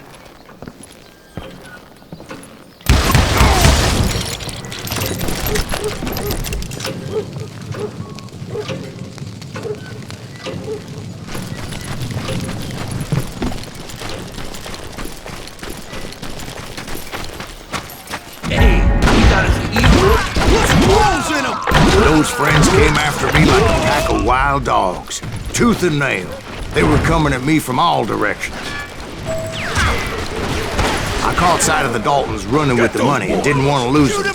Problem was, they knew the town better than I did. And to top it off, I found myself in the middle of another shootout entirely. Did the Daltons hole up in somebody's house? No, it was the Smiths out there. They were cousins of the Daltons. They were shooting at the Browns, who were shooting at the Daltons. Which wasn't any surprise, because those 2 families have been feuding forever. And since the Joneses are related to the Browns, They shot at the Smiths, pissing off the Heimhoffers, whose daughter recently married a Smith. Well, bullets were flying every which way as all the old feuds in Kansas caught fire all at once. There was a hell of a lot of pissed off people in Coffeyville that day. But that's just the way life is sometimes.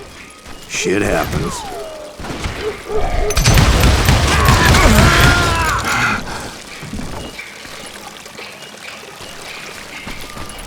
The Dalton boys knew I would never give up. Those Daltons weren't the sharpest knives in the drawer, but they always stood together. They set a trap to slow me down and allow at least 2 of them to escape. The third brother stayed behind to plant me, just in case that trap of theirs didn't work.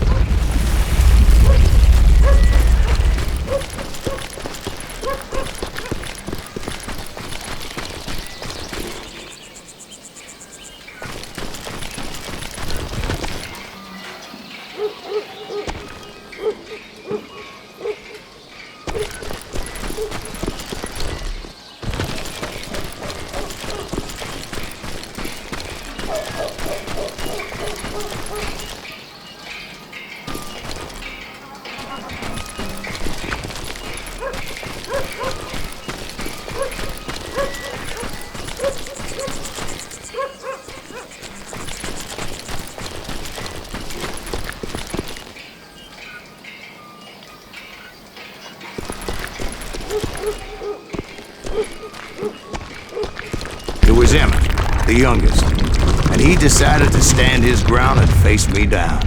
I ain't afraid of you, Silas Reeves. This is where it ends for you. He was determined to protect his brothers. I understood how he felt. Taking me on all by his lonesome wasn't exactly a recipe for a long life. You're dead, law dog.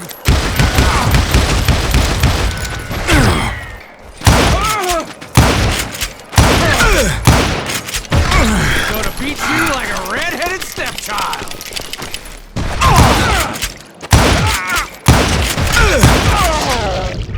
But Emmett Dalton survived the robbery in Coffeyville. He's the only Dalton who did. They say he was shot 23 times. Well, Dwight, who do you think put all those damn holes in him? But I have to admit, that boy had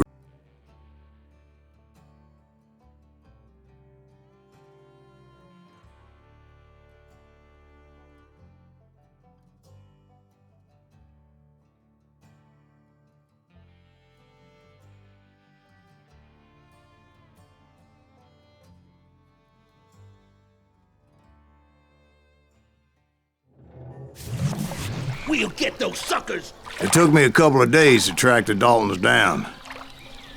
They can't get away with this. And in that time, a whole posse of local vigilantes offered to lend a hand. We'll track him to the ends of the earth. They seemed as determined as me to find those outlaws. But as we headed into those swamps, it was like I had my own private army. There was no way those boys were getting away this time.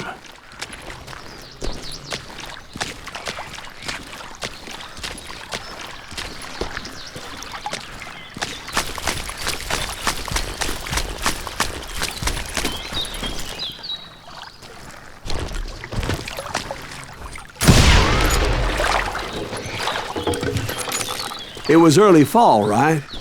Beautiful time of year. At least you had the weather on your side. Not by my recollection. It was damp and foggy as hell. It was tough to stay on a true course, so we kept an eye out for landmarks.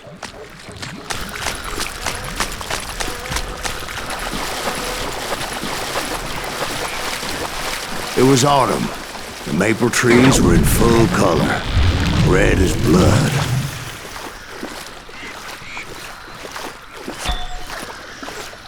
The rains that year were torrential, so the whole area was flooded. The vigilantes had spread out wide, and pretty soon I couldn't see anybody.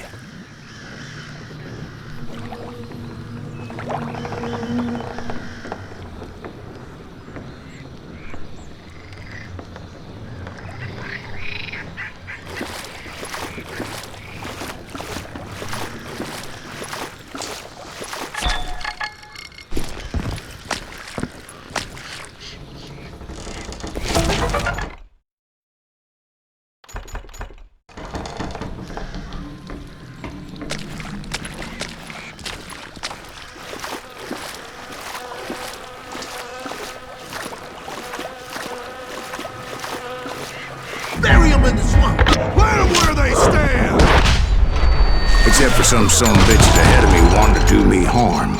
So I had to face them alone.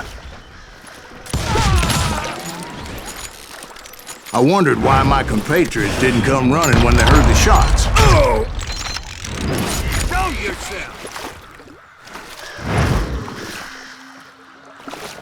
I'm ending you.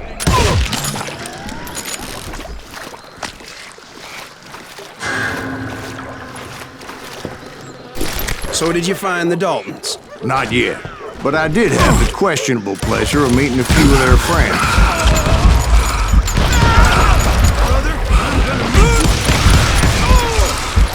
The boys had established quite a reputation by that time, so they attracted all manner of riffraff to their cause.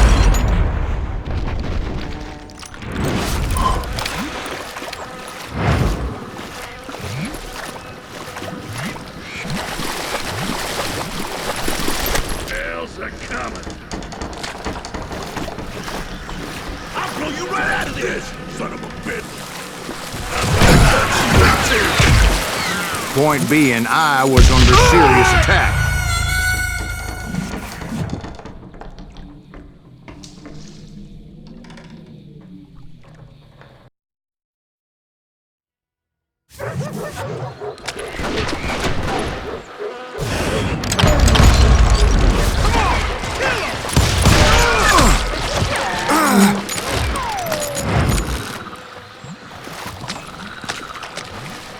Show 'em how to die!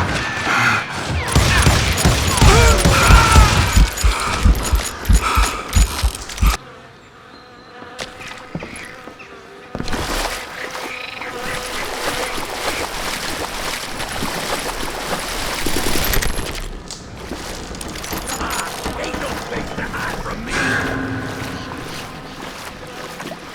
I'm blowing your ass up. Just kill him for Christ's sake!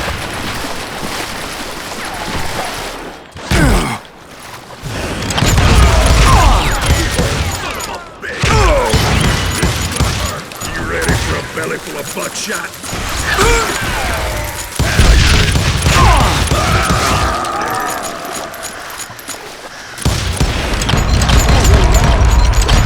Put that bad dog down!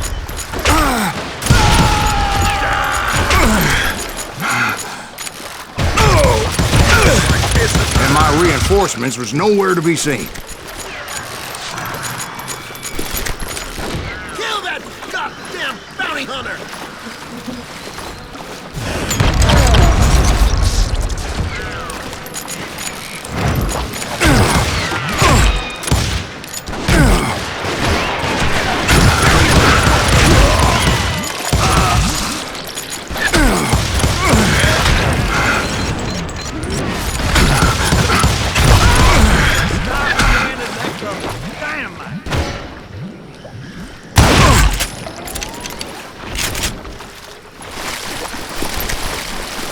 But luckily, a barn materialized as if right before my eyes. I scrambled up top to get a better view.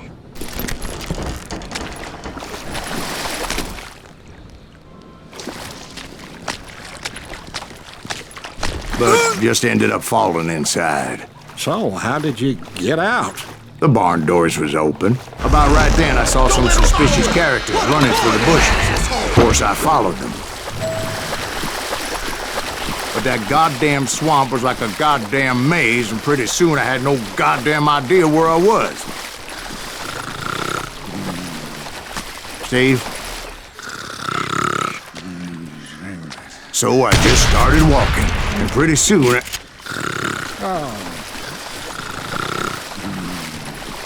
Steve? Steve? Huh? Oh, no, I'm listening. Indians surrounded me from all sides.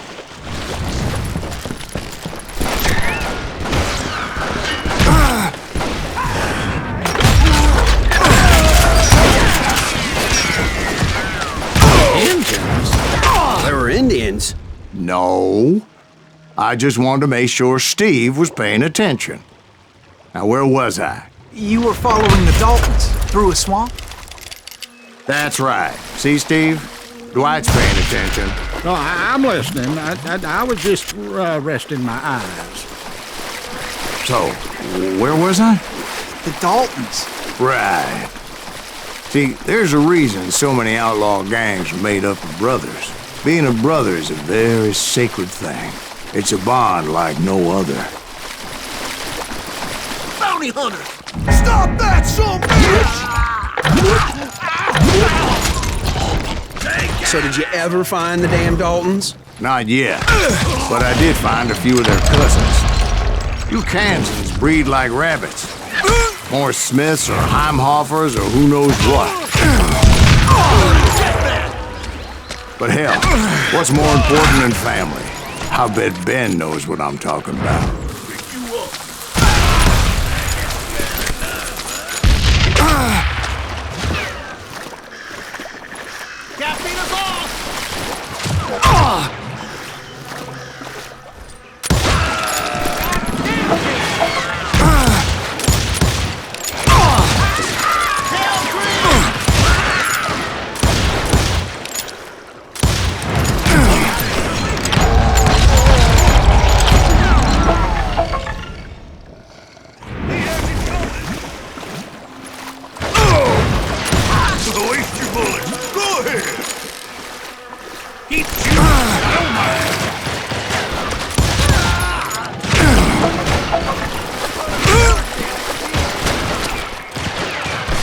Smoke that son bitch!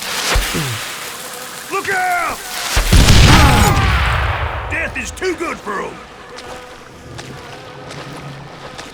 In for the kill! Oh, here I do! Blank him!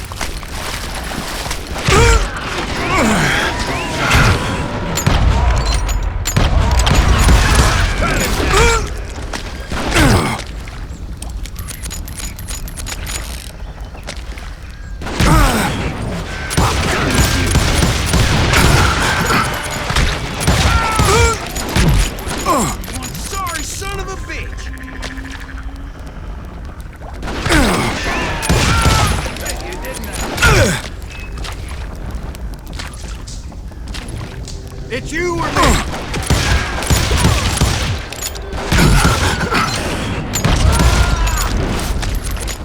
You called down the I knew those Dalton boys were out there somewhere, standing together against anyone who would threaten them.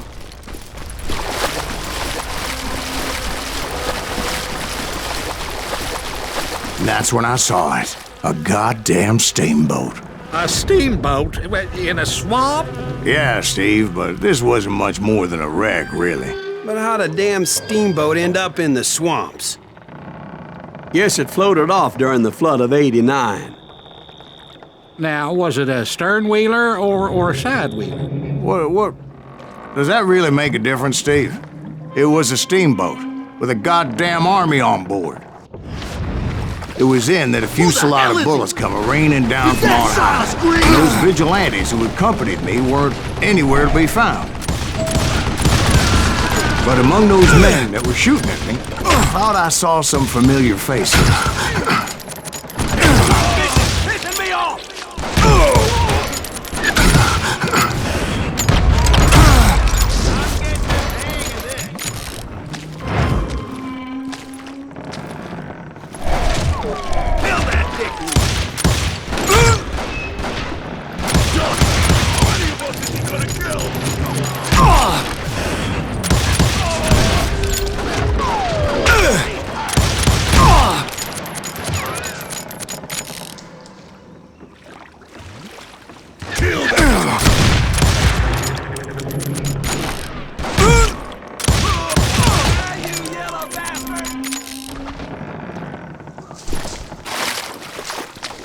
That's it for you!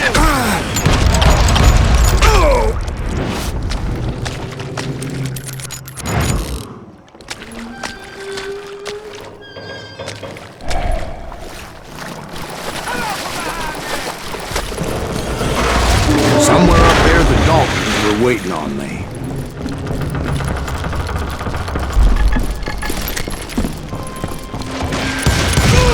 Brother, I'm gonna make you pay for that! Sounds like you don't give up too easy. That's the kind of man I am, Ben. I set out to do something. I do it. Surrender just ain't in my nature. Plus, I'm stubborn as hell.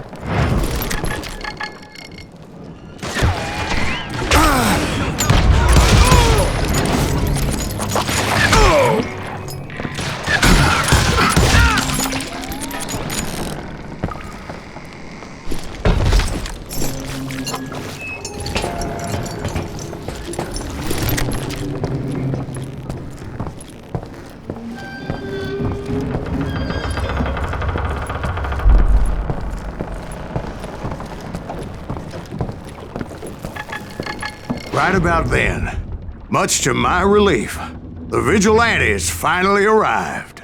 Their leader motioned at a cabin in the middle of the top deck, pointing me directly at the Daltons. I finally had them, after months of dogged pursuit.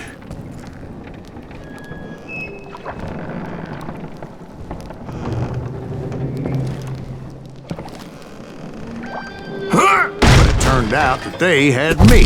Take him out! I'm sending you to hell!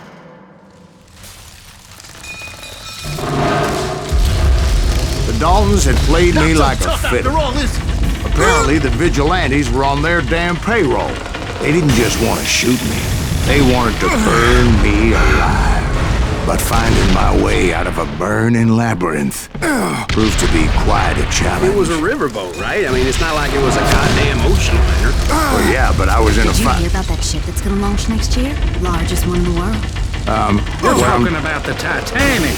If you ask me, it's too blessed big.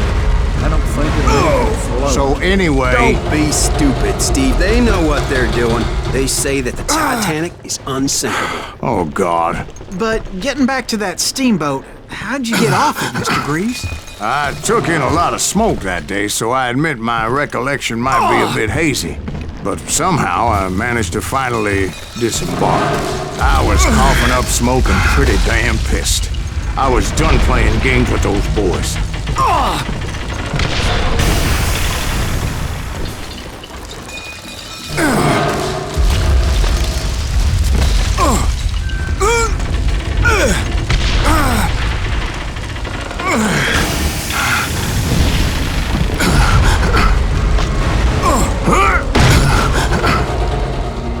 It was time to settle this once and for all.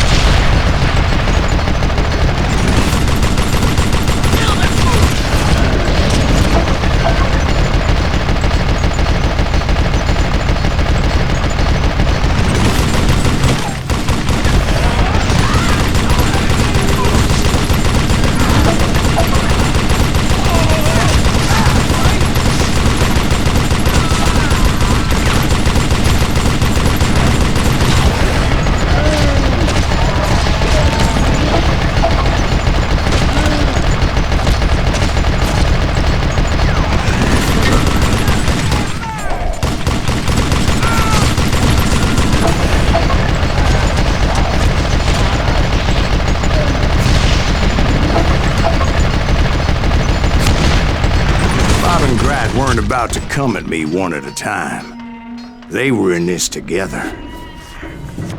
Two brothers side by side, determined to take me down. Confident that this time the odds were on their side.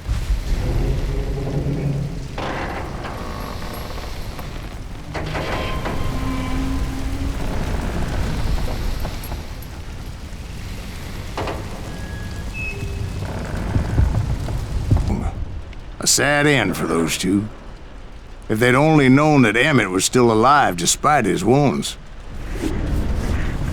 Paroled 14 years later, he moved to California and sold real estate and lived off the legend of that fateful day. And the tragic death of his two brothers.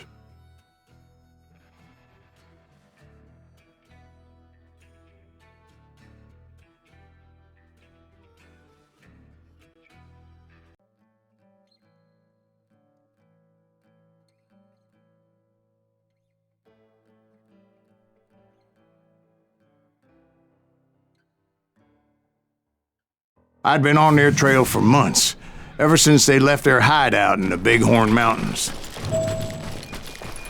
Led by Butch Cassidy, they were a loose association of outlaws who robbed banks and trains from Colorado to Montana. Among them was the Sundance Kid, and that murderous hombre I was tracking, Roscoe Bob Bryant. They blew the bridge with the intention of forcing the train to stop.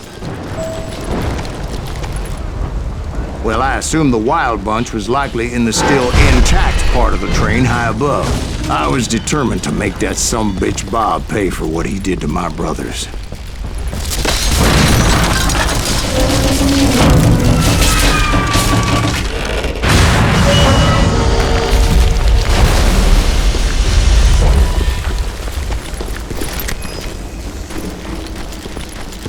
My ears are still ringing from blowing up that bridge. Well, I made my way off unscathed and came upon a few members of the gang and had no choice but to dispatch them. From there, I had to negotiate an even more precarious route. But first, I would need to get my ass out of there.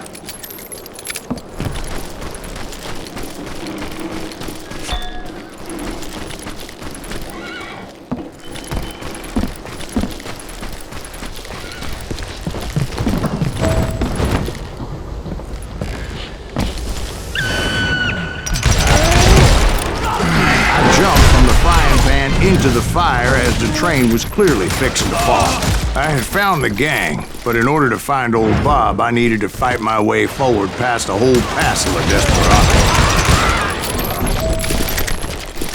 Outside, inside, any way I could, I made my way towards my prey. It was mostly a freight train, as I recall. There were no passengers aboard that day.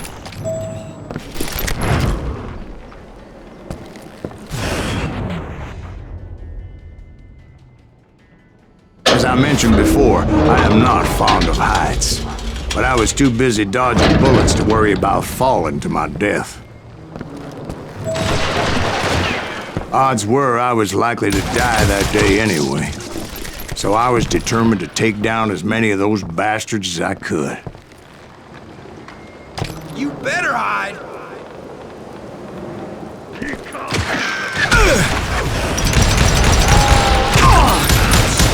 Sometimes it was like shooting ducks in a shooting gallery. The only difference is these damn ducks shot back.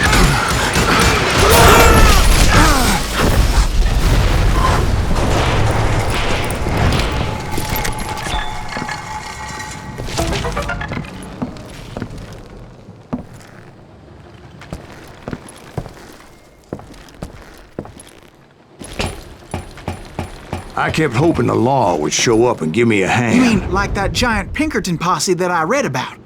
Did they come riding in, guns a-blazing to help?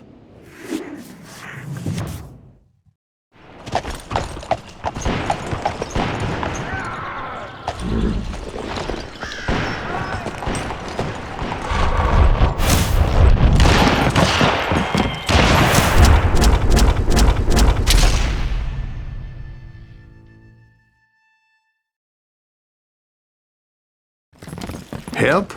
From the Pinkertons? No, son. I had to fight the Wild Bunch all by my lonesome, as usual. Who the hell is that?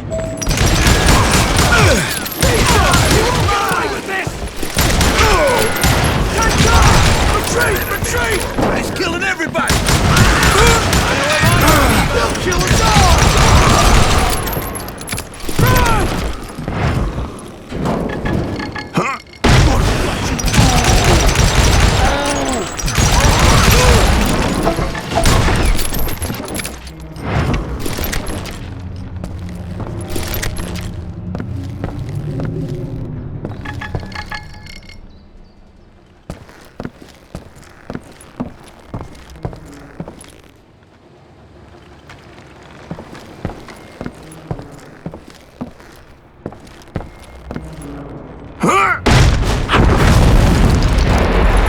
guess is those dime novels didn't portray this as it happened, did they? Only a few stragglers were left. I had to cut them down pronto if I was going to stay on old Bob's trail.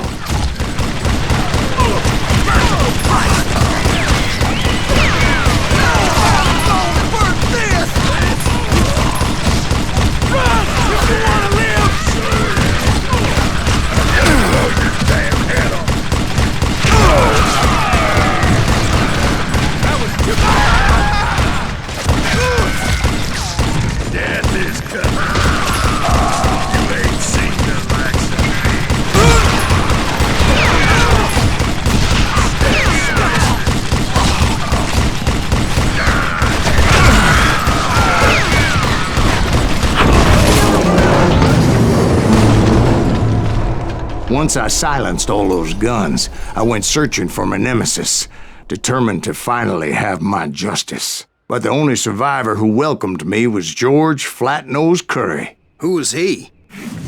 The fastest gun in the gang. Right after Sundance, I mean. And Kid Curry, and maybe Elsie Lay. Though some folks might dispute that.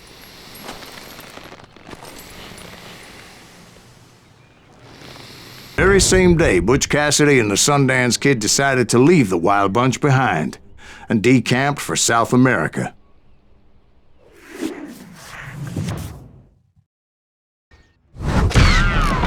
They ended up living down there for many years, but I'm sure you already know all about that. But it was as if he'd disappeared. Sometime later, I heard the Wild Bunch was back together. Kid Curry escaped from jail, and now he was running the whole shebang. So I took to their trail, as I was still in pursuit of my brother's killer and hoped that he was back with them. That Kid Curry's kinda crazy, ain't he? Anyways, I tracked those boys to a camp right outside Parachute, Colorado.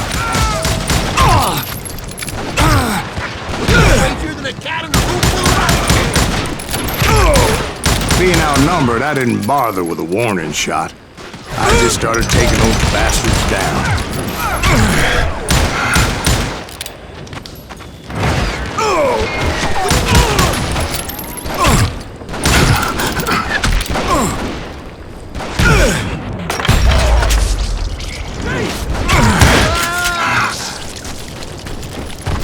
Old Bob wasn't among them, and neither was Kid Curry. I could sense them close by, however, plotting something nasty. I just needed a clue as to their whereabouts.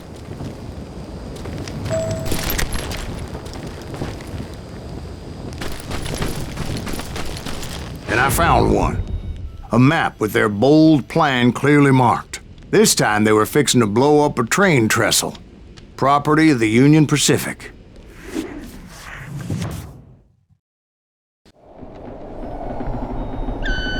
The plan clearly indicated how they were fixing to undermine several of the weakest wooden supports.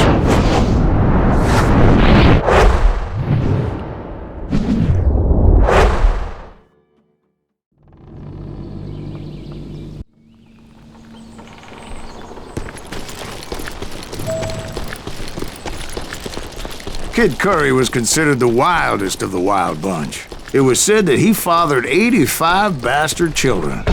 Though some say it was only 5. Kid Curry had bragged to a whore how he was gonna rob a train heading to the U.S. Mint in Denver. And that whore, Fat Sally, she told me.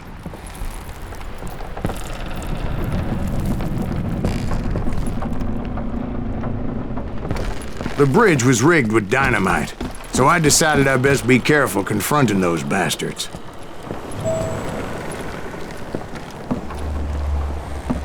And I made it a point to remove any dynamite that I came across. A moment later, I saw a ladder that somehow had escaped my attention. Don't you blow us up now. Don't worry, I know what I'm doing.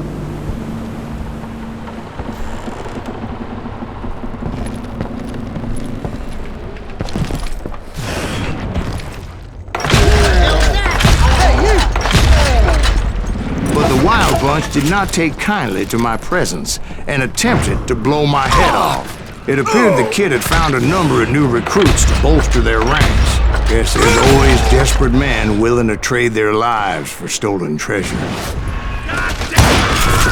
What happened next? Well, having removed the first bundle of dynamite, I decided I might as well remove the other one.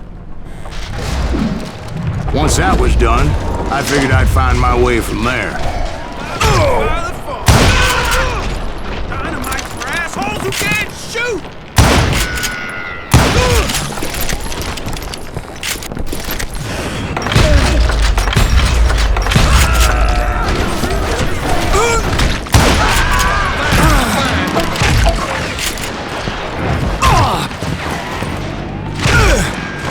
Somebody deserves it!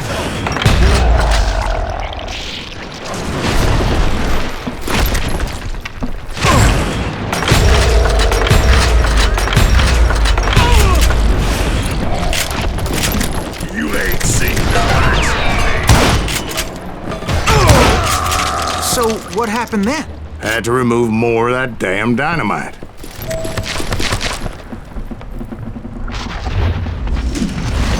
It must have been terrifying trying to make your way across. I was sweating it a bit, but then I noticed a footbridge tied up on high, so I shot the rope.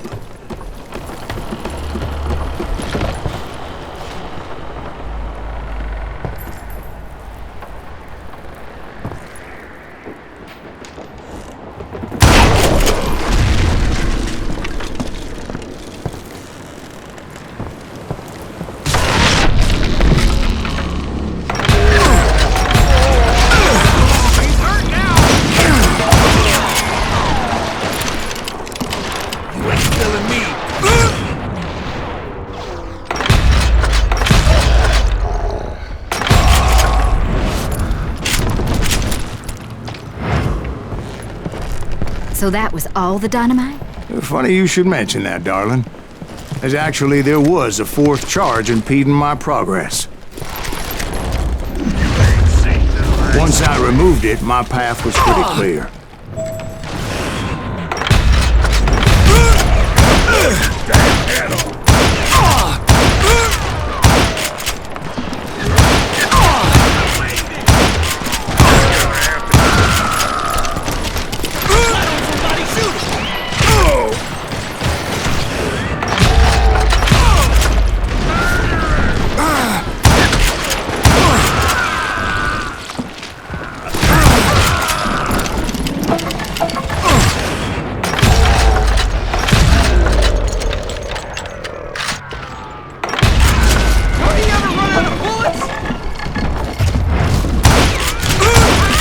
Proceeded onward and realized that that way just wasn't gonna work. I needed an alternate path forward.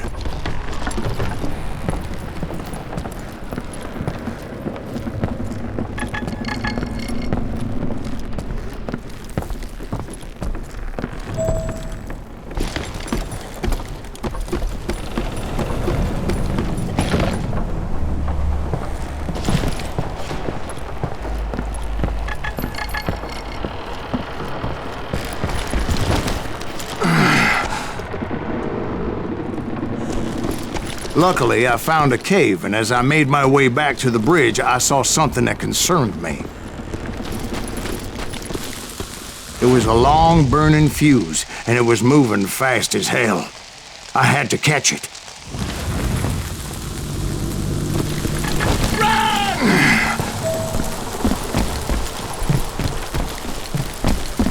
The burning fuse was so damn quick, I had to run like the wind. I almost had it, but no. Thought I was gonna have a coronary when I lost sight of those sparks. My heart was pounding like a sledgehammer. I knew that failure meant boom. Then, finally, at the last moment.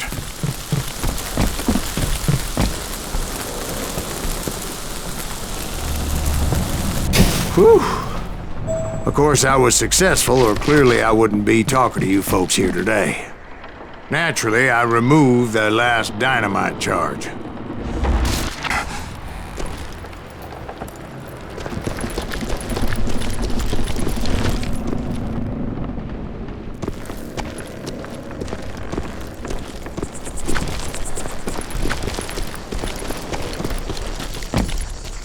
Kill that SOB! Make him bleed! Finally, I found those boys. Or more precisely, they found me. Who the hell is that guy? It's crazy. Kid Curry asked me. Nuttier than a damn fruitcake. Shoot it. Gonna blow you into pieces.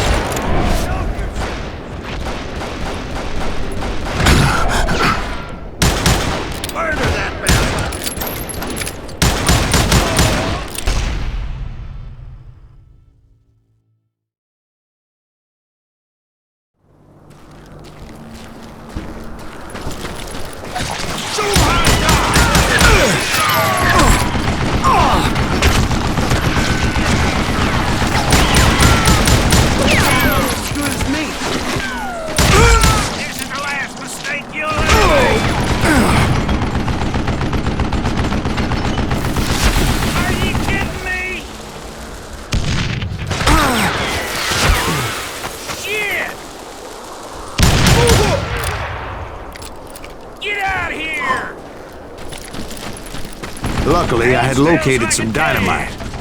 I still, however, had my work cut out for me.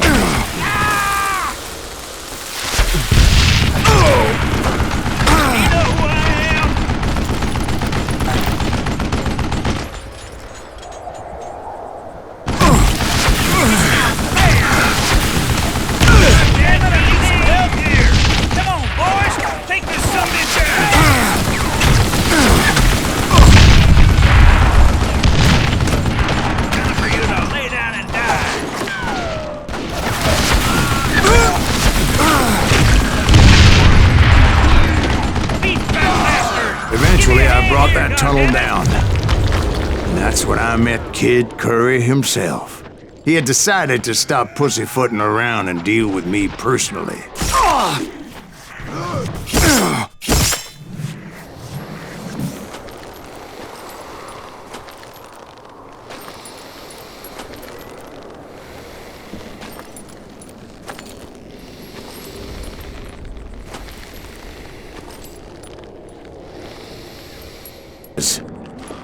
I was just a bit faster.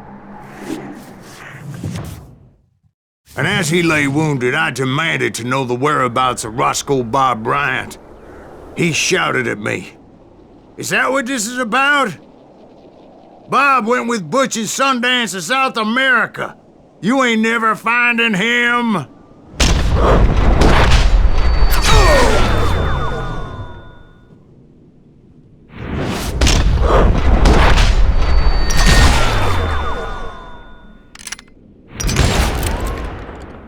Those were his last words.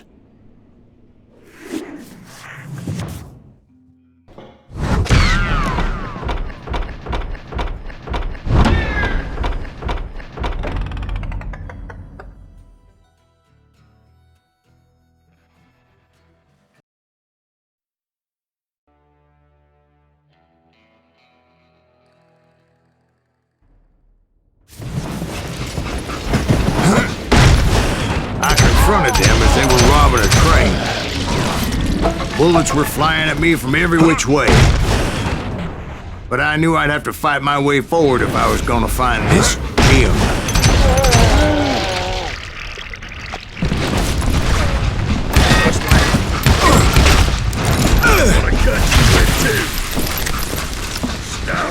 Now wait a second. Now, how'd they stop this train in the first place? Well, the James boys were experts at this.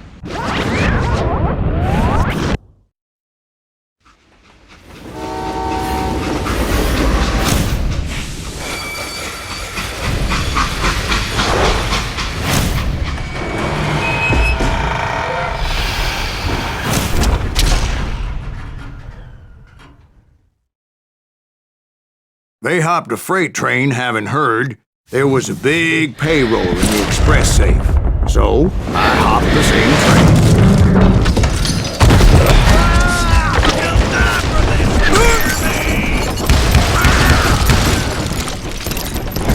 The James Younger gang was decimated after that little fiasco they had in Northfield, Minnesota. So Jesse needed more men and took on the killer I was after, along with a host of others. I was hoping to find my man and put a bullet in his head. Climbing around that train, I must have swallowed 100 damn bugs before I reached James that... Younger gang pulled the first train robbery west of the Mississippi. Sounds like you hold them in high regard. Everyone knows they were the most famous outlaw gang ever. And you took them all on by your lonesome. Again, I'm finding this all a little hard to swallow, friend. Well, maybe you need to wash it down with some whiskey. By the way, did I mention that that train was flying down those tracks like a bat out of hell?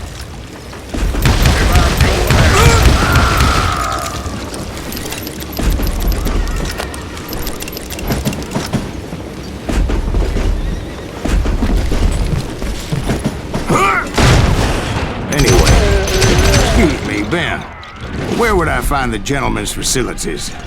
Suddenly I have an urgent need to drain my one-eyed snake. Well, I've had more than a few drinks, and I've been sitting here for quite a spell. Right through there. Let me show you.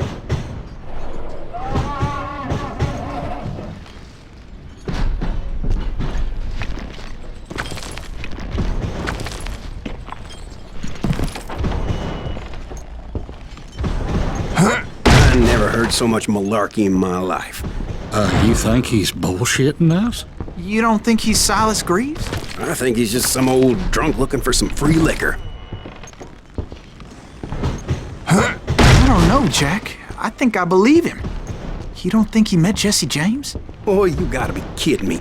That story makes no sense at all. Jack. I mean, you gotta be 2 bricks short of a load to believe that cock and bull story. I don't agree. Jack, lay off the But bar. you seriously think that tired old man went toe-to-toe with Jesse James? Well, that's better. Did I mention that this Jim was married to the infamous Belle Starr? Of course, I didn't learn that until later. Anyway, I made my way forward the best I could. Around the sides, over the roof. At some point, some sumbitch saw me and shouted out, "It's the damn Pinkertons!" It's the damn Pinkertons! Now, I never worked for that limey cocksucker, but I guess they assumed I was one of his assassins. Those evil bastards firebombed Jesse's mother's house and killed his stepbrother. So it's no wonder each and every asshole on that train wanted me dead. Everybody's always mistaking you for somebody else, aren't they? Why is that, I wonder? Don't rightly know, Jack. I'm just telling you how I remember it. I bet you are.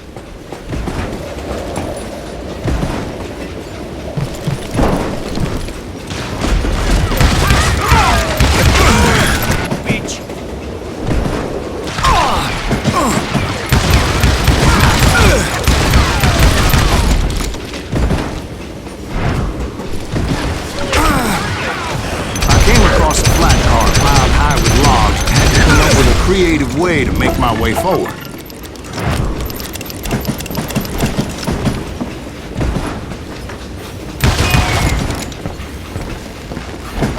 I wondered if I was ever going to find the front of that train, or the bastard I was after.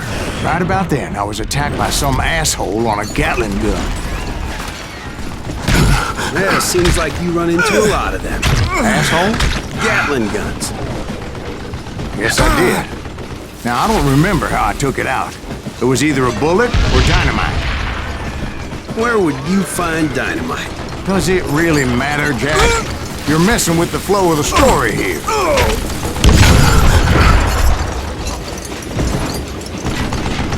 I'm putting you down!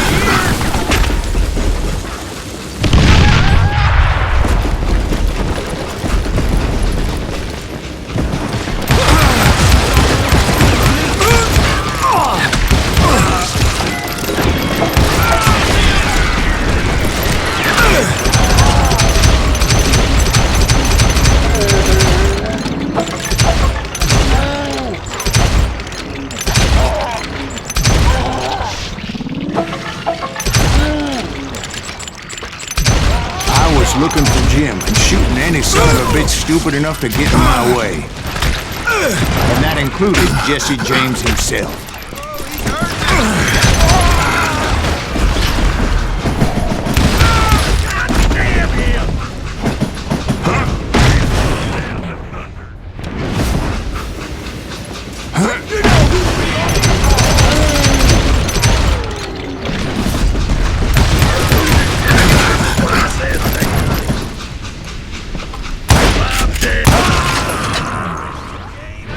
There sure were a lot of men determined to die that day.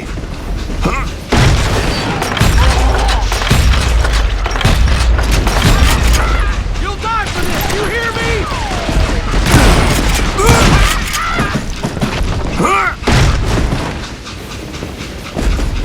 It was then that Jesse detached the express car from the rest of the damn train. I could see Jesse waiting for me, fixing to kill me so he could get away with all that money.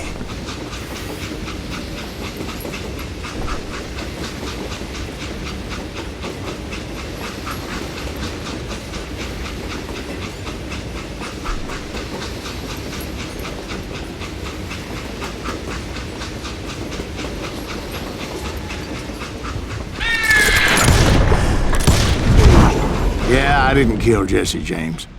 Just wounded him bad enough to convince him to hang up his guns. What about that Jim fella? What happened to him?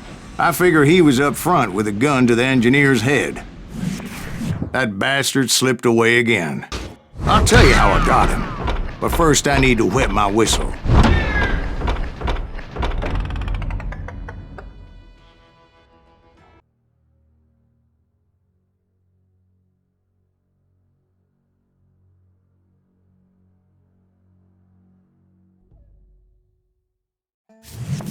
After my showdown with Jesse, I continued to track his brother, Frank, and that son of a bitch, Jim.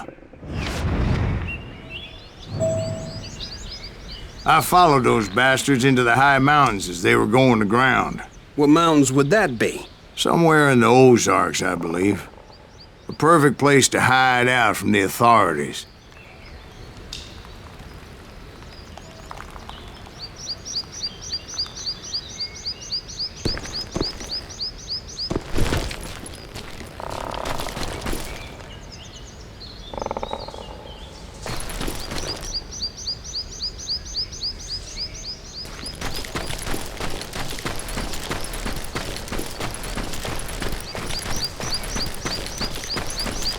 In fact, before I could find them, some Indians who fled the res and were hiding out from the military found me first. They probably thought I was a cavalry scout and didn't want me telling the military where they were.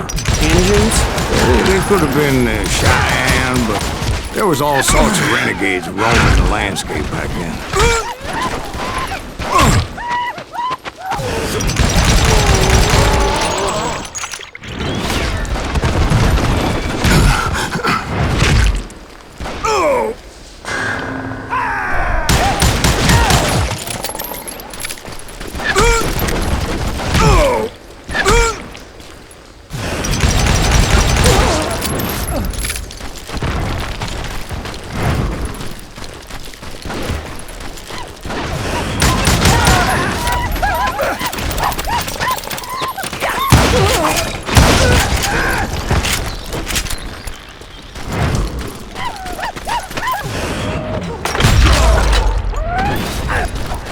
Hey, how about another whiskey, Ben?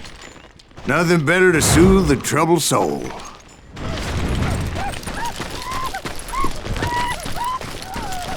Now, where was I? Indians, right. I had more than my share of run-ins with the regiment. Like that time... Did I tell you about Grey Wolf? Yes, sir. You did. Ah, of course I did. In fact, I can still remember that old medicine man's words to me. Jesus Christ, we're back to that again? You carry great darkness in your heart. It will claim your soul. You will come to this place again and kill many more men.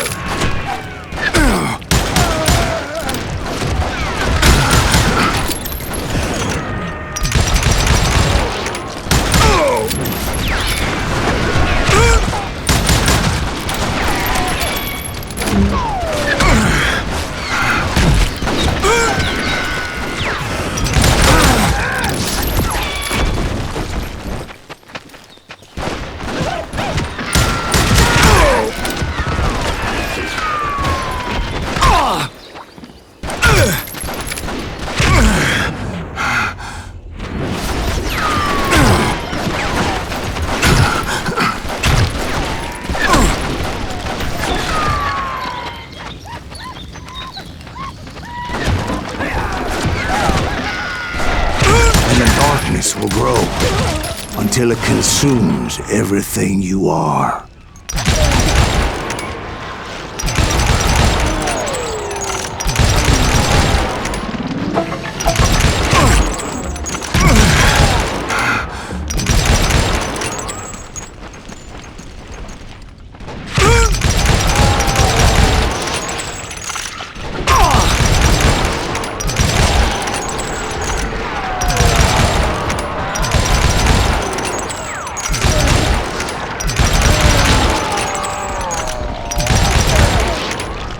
So, did you ever find him?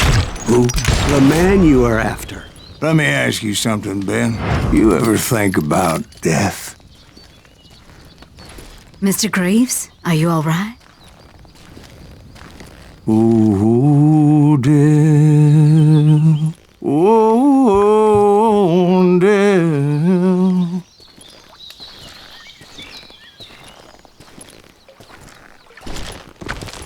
Won't you spare me over till another year? What is this that I can't see with ice cold hands taking hold of me? Well, I am death, none can excel. I'll open the door to heaven or hell. Oh, death, someone would pray. Could you wait to call me another day?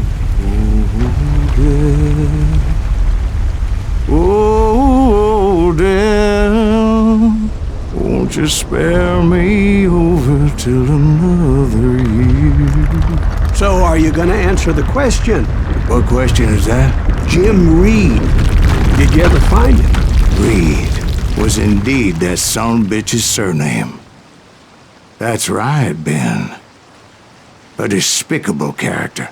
I remember him laughing like a hyena that cold morning they lynched me and my brothers. He was intent on avoiding my vengeance, but nothing was gonna stop me. I finally did track those outlaws down. They had long rifles with scopes and were well positioned to pick off any poor soul who came anywhere close.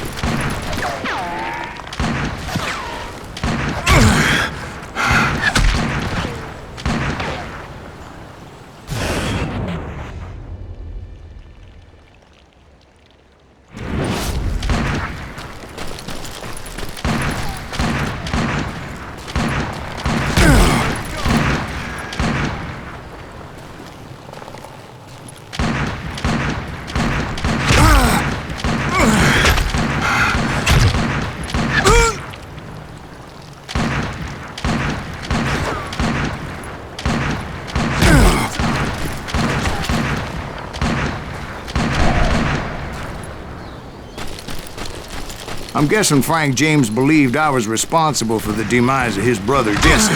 I couldn't really disagree with the man, as I thought Jesse was dead then as well. He backed off as I closed in on him, but he was still intent on killing me.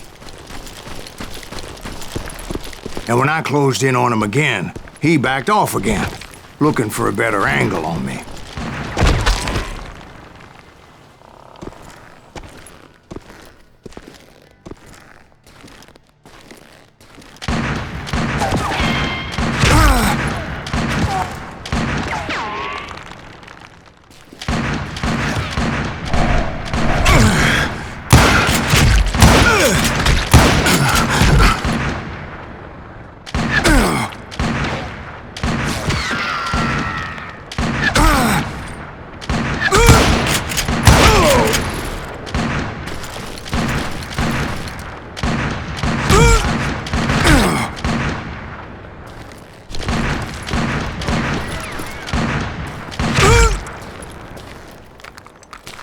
Hell, I can't fault Frank for wanting his revenge, as I was there for the same damn reason myself. At this point, I'm guessing you think Silas Greaves is a worse murderer than Jim Reed ever was.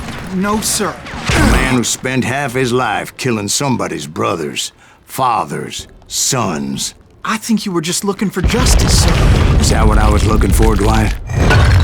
Is that what it was? Justice?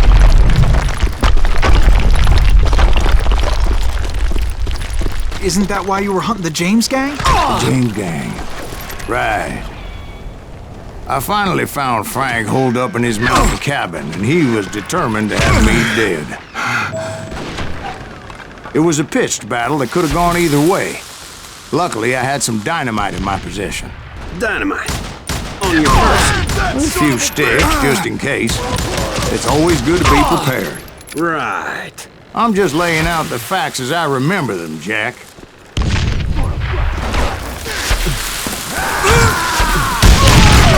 It's just one man! Gonna cut you a new smile! Want that bastard? You'll burn in hell!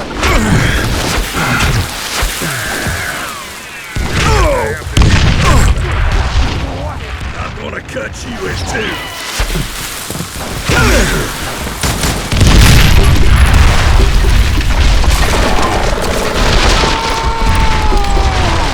That old shack? Well, it went tumbling right off that cliff. With Frank James still in it? Yes, sir. But Frank James is still alive, living in Missouri, showing folks around the family farm for 25 cents a tour. I didn't say he died in the fall, now did I?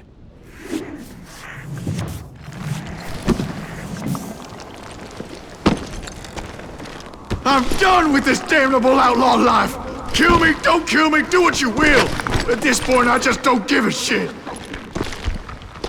I explained to Frank that I had nothing against him personally and that I was looking for someone else. You want Reed? Have at him! I never did like that bastard! I am done here!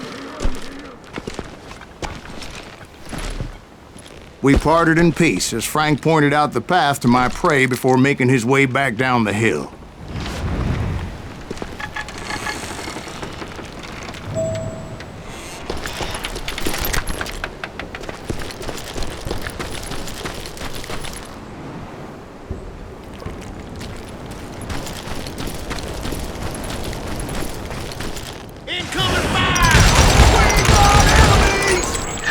So what happened with Reed? Well, I finally found the last of the gang hiding in a nearby cave.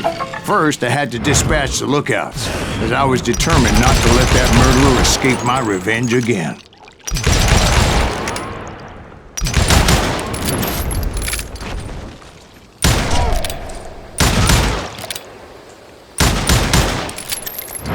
That's right!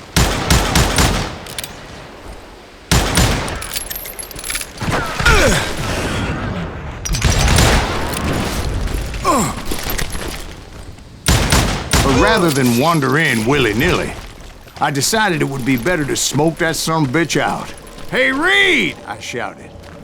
"No wonder you're so ornery. Can't be easy being married to Belle Starr while you're off providing for the family She's spreading her legs for every Tom, Dick, and Cole Younger. Not an attractive woman exactly, but very friendly. At least she was to me. Son of a bitch! It was then that the last bunch of bandits jumped out of hiding. Why won't this asshole give up? Would someone please kill him?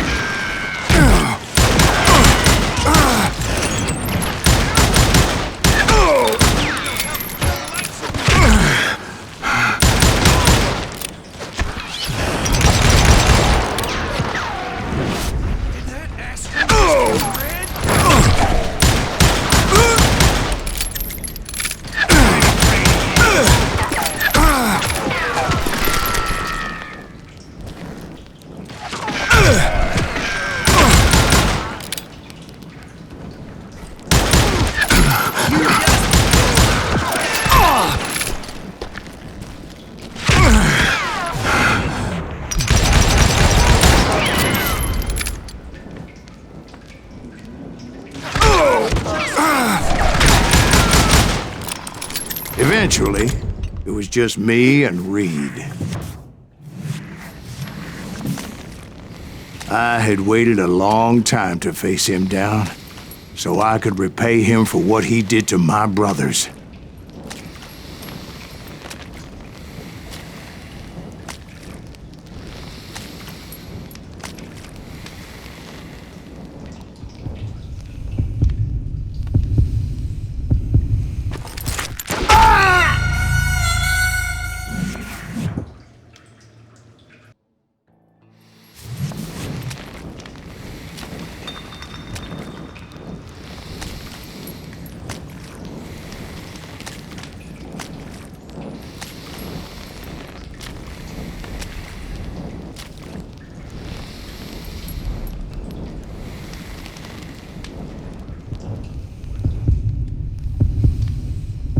And repay him I did.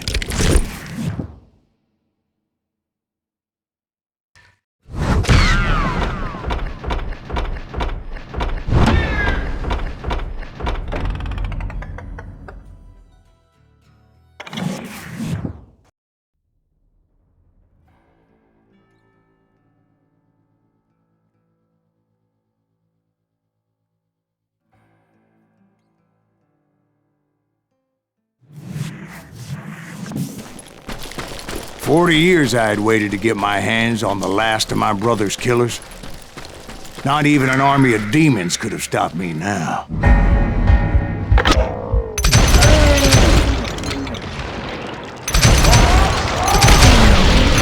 Both Johnny Ringo and Jim Reed fell fairly quickly.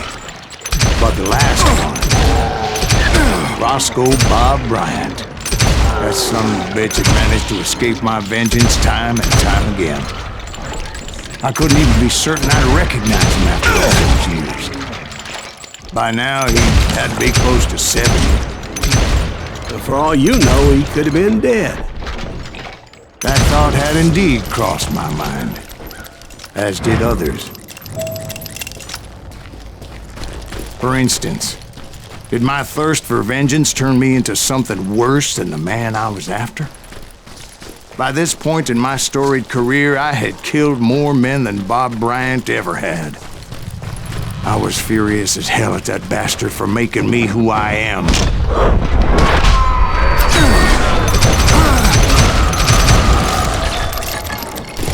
Nothing could stop me from taking his life. I'd been after that killer forever. From the time I rode with Billy the Kid. But that chapter of my story you already know. Chapter of that fairy tale, you mean? Suddenly it was 1910. There I was, an old man roaming a ghost town dead almost 2 decades.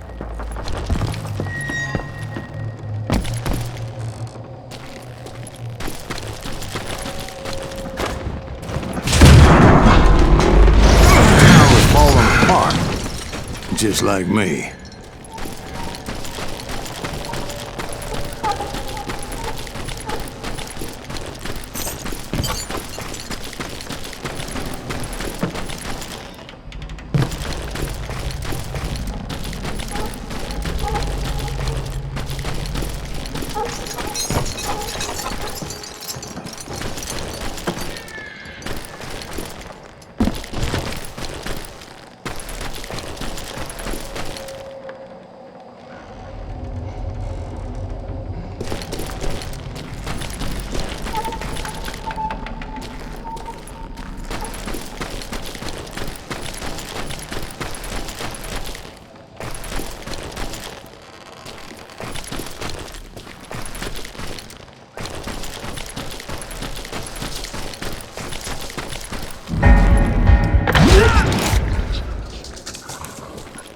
But I wasn't about to call it quits.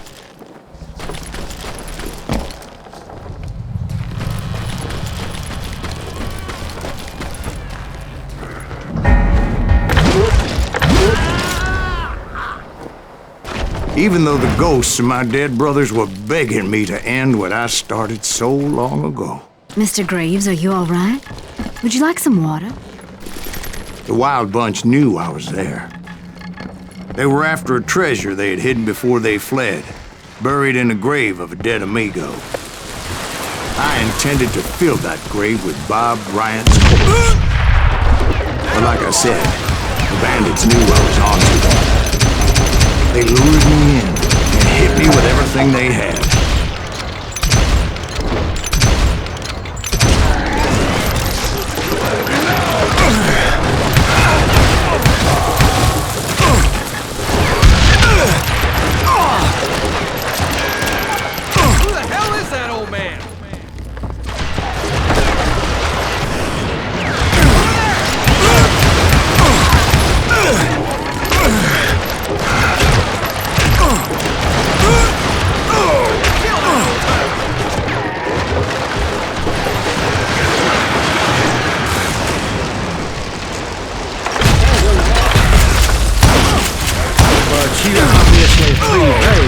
Since you're sitting here telling us the tale. Actually, in that moment, I did not prevail. So I suppose we're talking to a ghost. Funny you should put it like that, Jack. Put that geezer in the ground!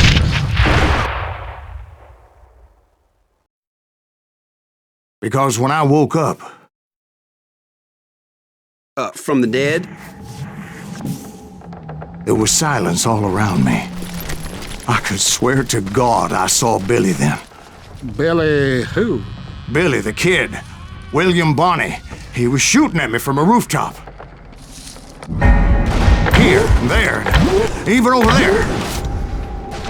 So I am right. You are titched in the head. Mr. Graves, perhaps we should switch you to coffee? You see that old Indian again, too? No, but I did see Billy's killer. Patrick Floyd Garrett. He came at me guns a-blazing. But I knew that old war horse had died 2 years before. I wondered if maybe I was dead too and confronting the ghosts of my past. Perhaps all my sins were coming back to haunt me and drag me down to perdition. I saw Henry Plummer throw dynamite at me.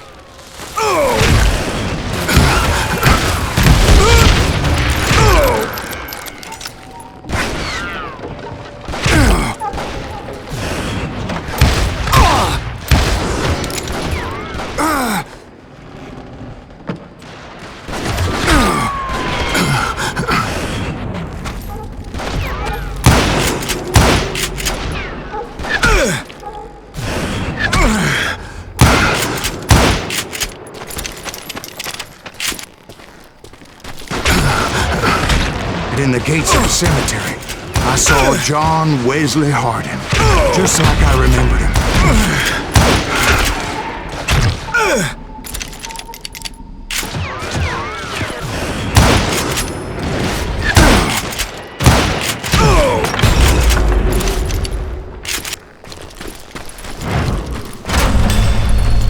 Robert Ollinger appeared with his terrible double-barrel shotgun.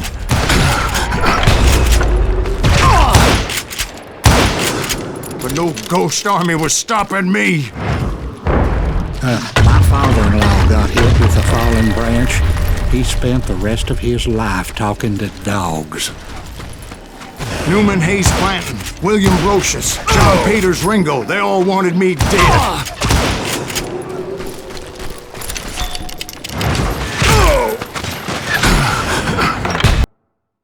Newman Hayes Clanton, William Brocious, John Peters Ringo, they all wanted me dead.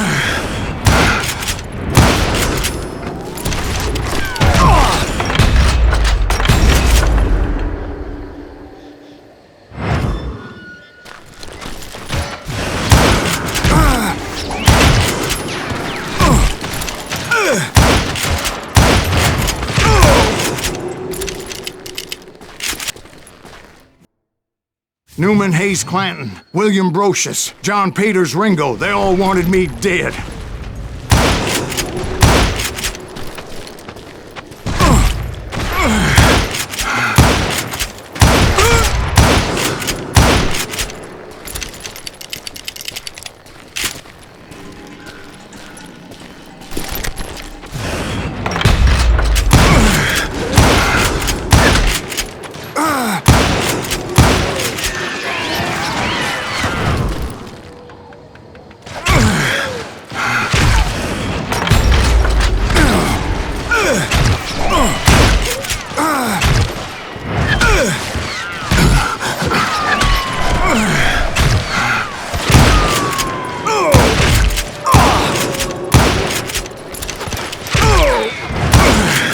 The Dalton brothers, Robert and Grattan, guardians of the Garden of the Dead.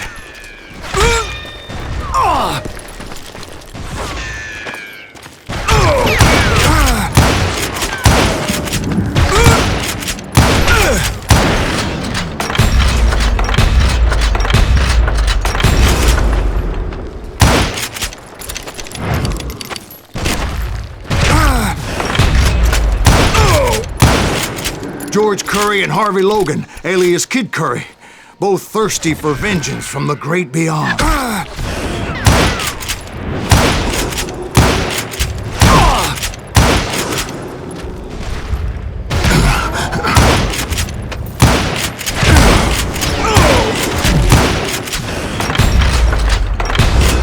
Jesse, Woodson, James, and Jim Reed, each one deader than the next. I thought I would go crazy.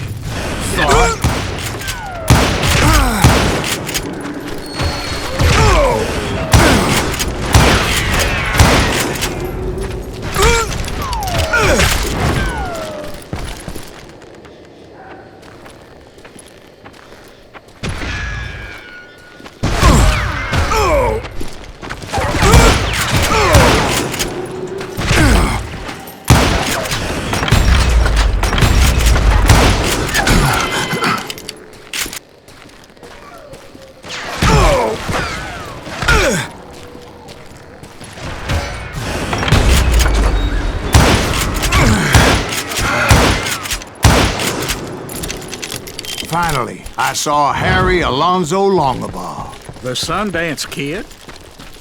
Like a general leading his Legion of the Dead. You told us before that you'd seen him alive. He was alive.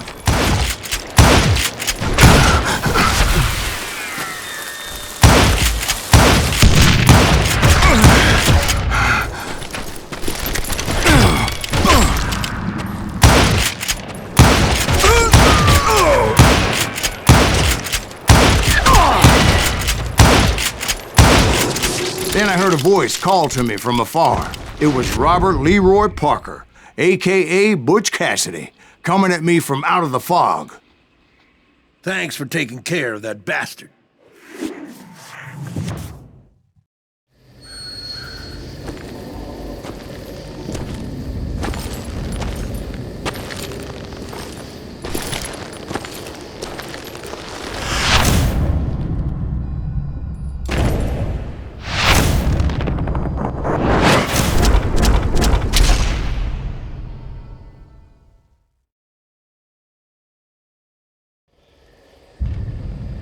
But the kid wasn't quite deceased. Not yet. Takes more than one little bullet to kill the likes of me, partner. Those two looked like they hadn't seen each other for quite a while. Clearly, they were no longer amigos. Shit. I was hoping I wouldn't have to kill you. You won't have to, Butch. I'm killing you first. I asked them about Bob Bryant, but they were too busy with their own heated conversation. Let me get this shit straight. You want my money and the love of my life?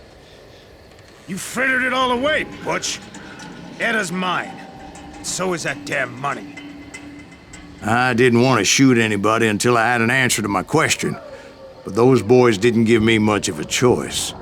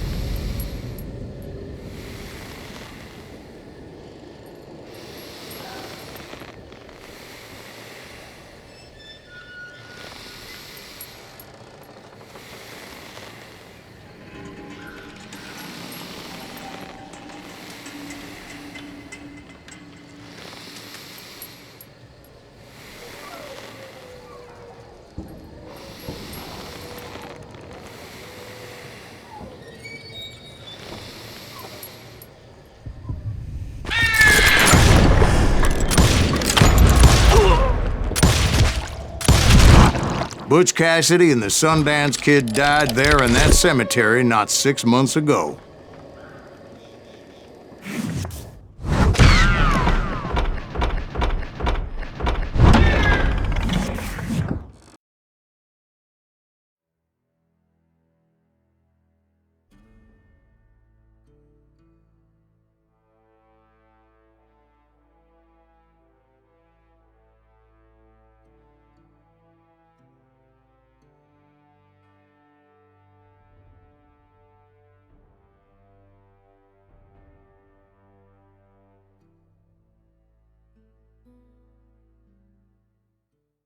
Butch Cassidy and the Sundance Kid were killed by the Bolivian army. Everybody knows that. That's the legend, but it ain't the truth. So, you never found Bob? There is no Bob. This old sumbitch ain't even Silas Greaves. Sir, is that true? Have you been pulling our legs this whole time? Well, not the whole time. Oh man, I think you've worn out your welcome here. Maybe you're right, Jack. Maybe it's time to pay. You see, Ben, or should I say Bob, your past always catches up with you. I was a different man back then, crazy. Drinking, I've changed my ways, I swear to you. If I could turn back the clock, But you can't, Bob.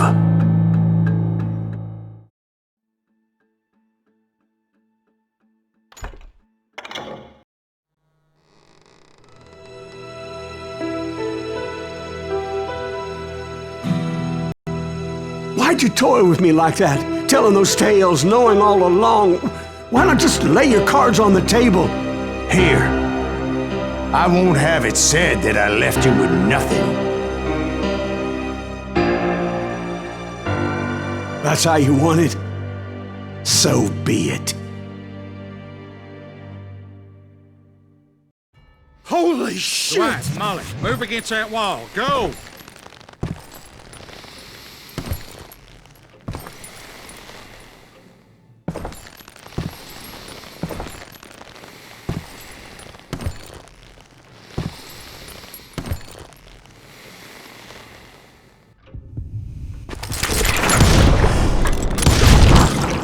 my God! Oh, Jesus!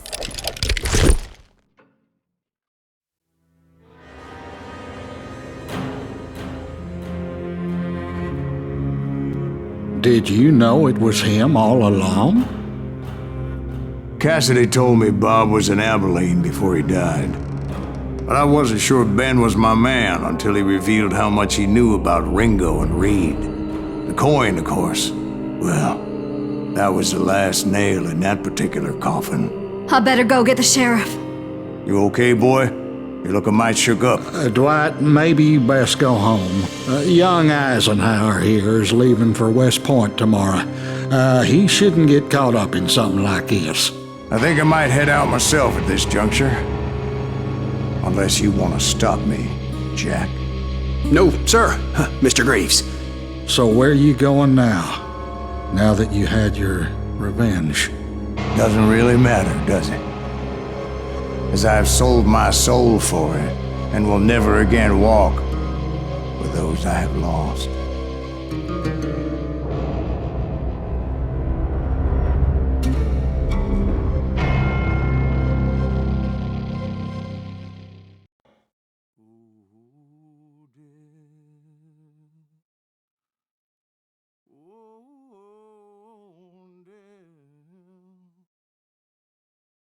Won't you spare me over till another year?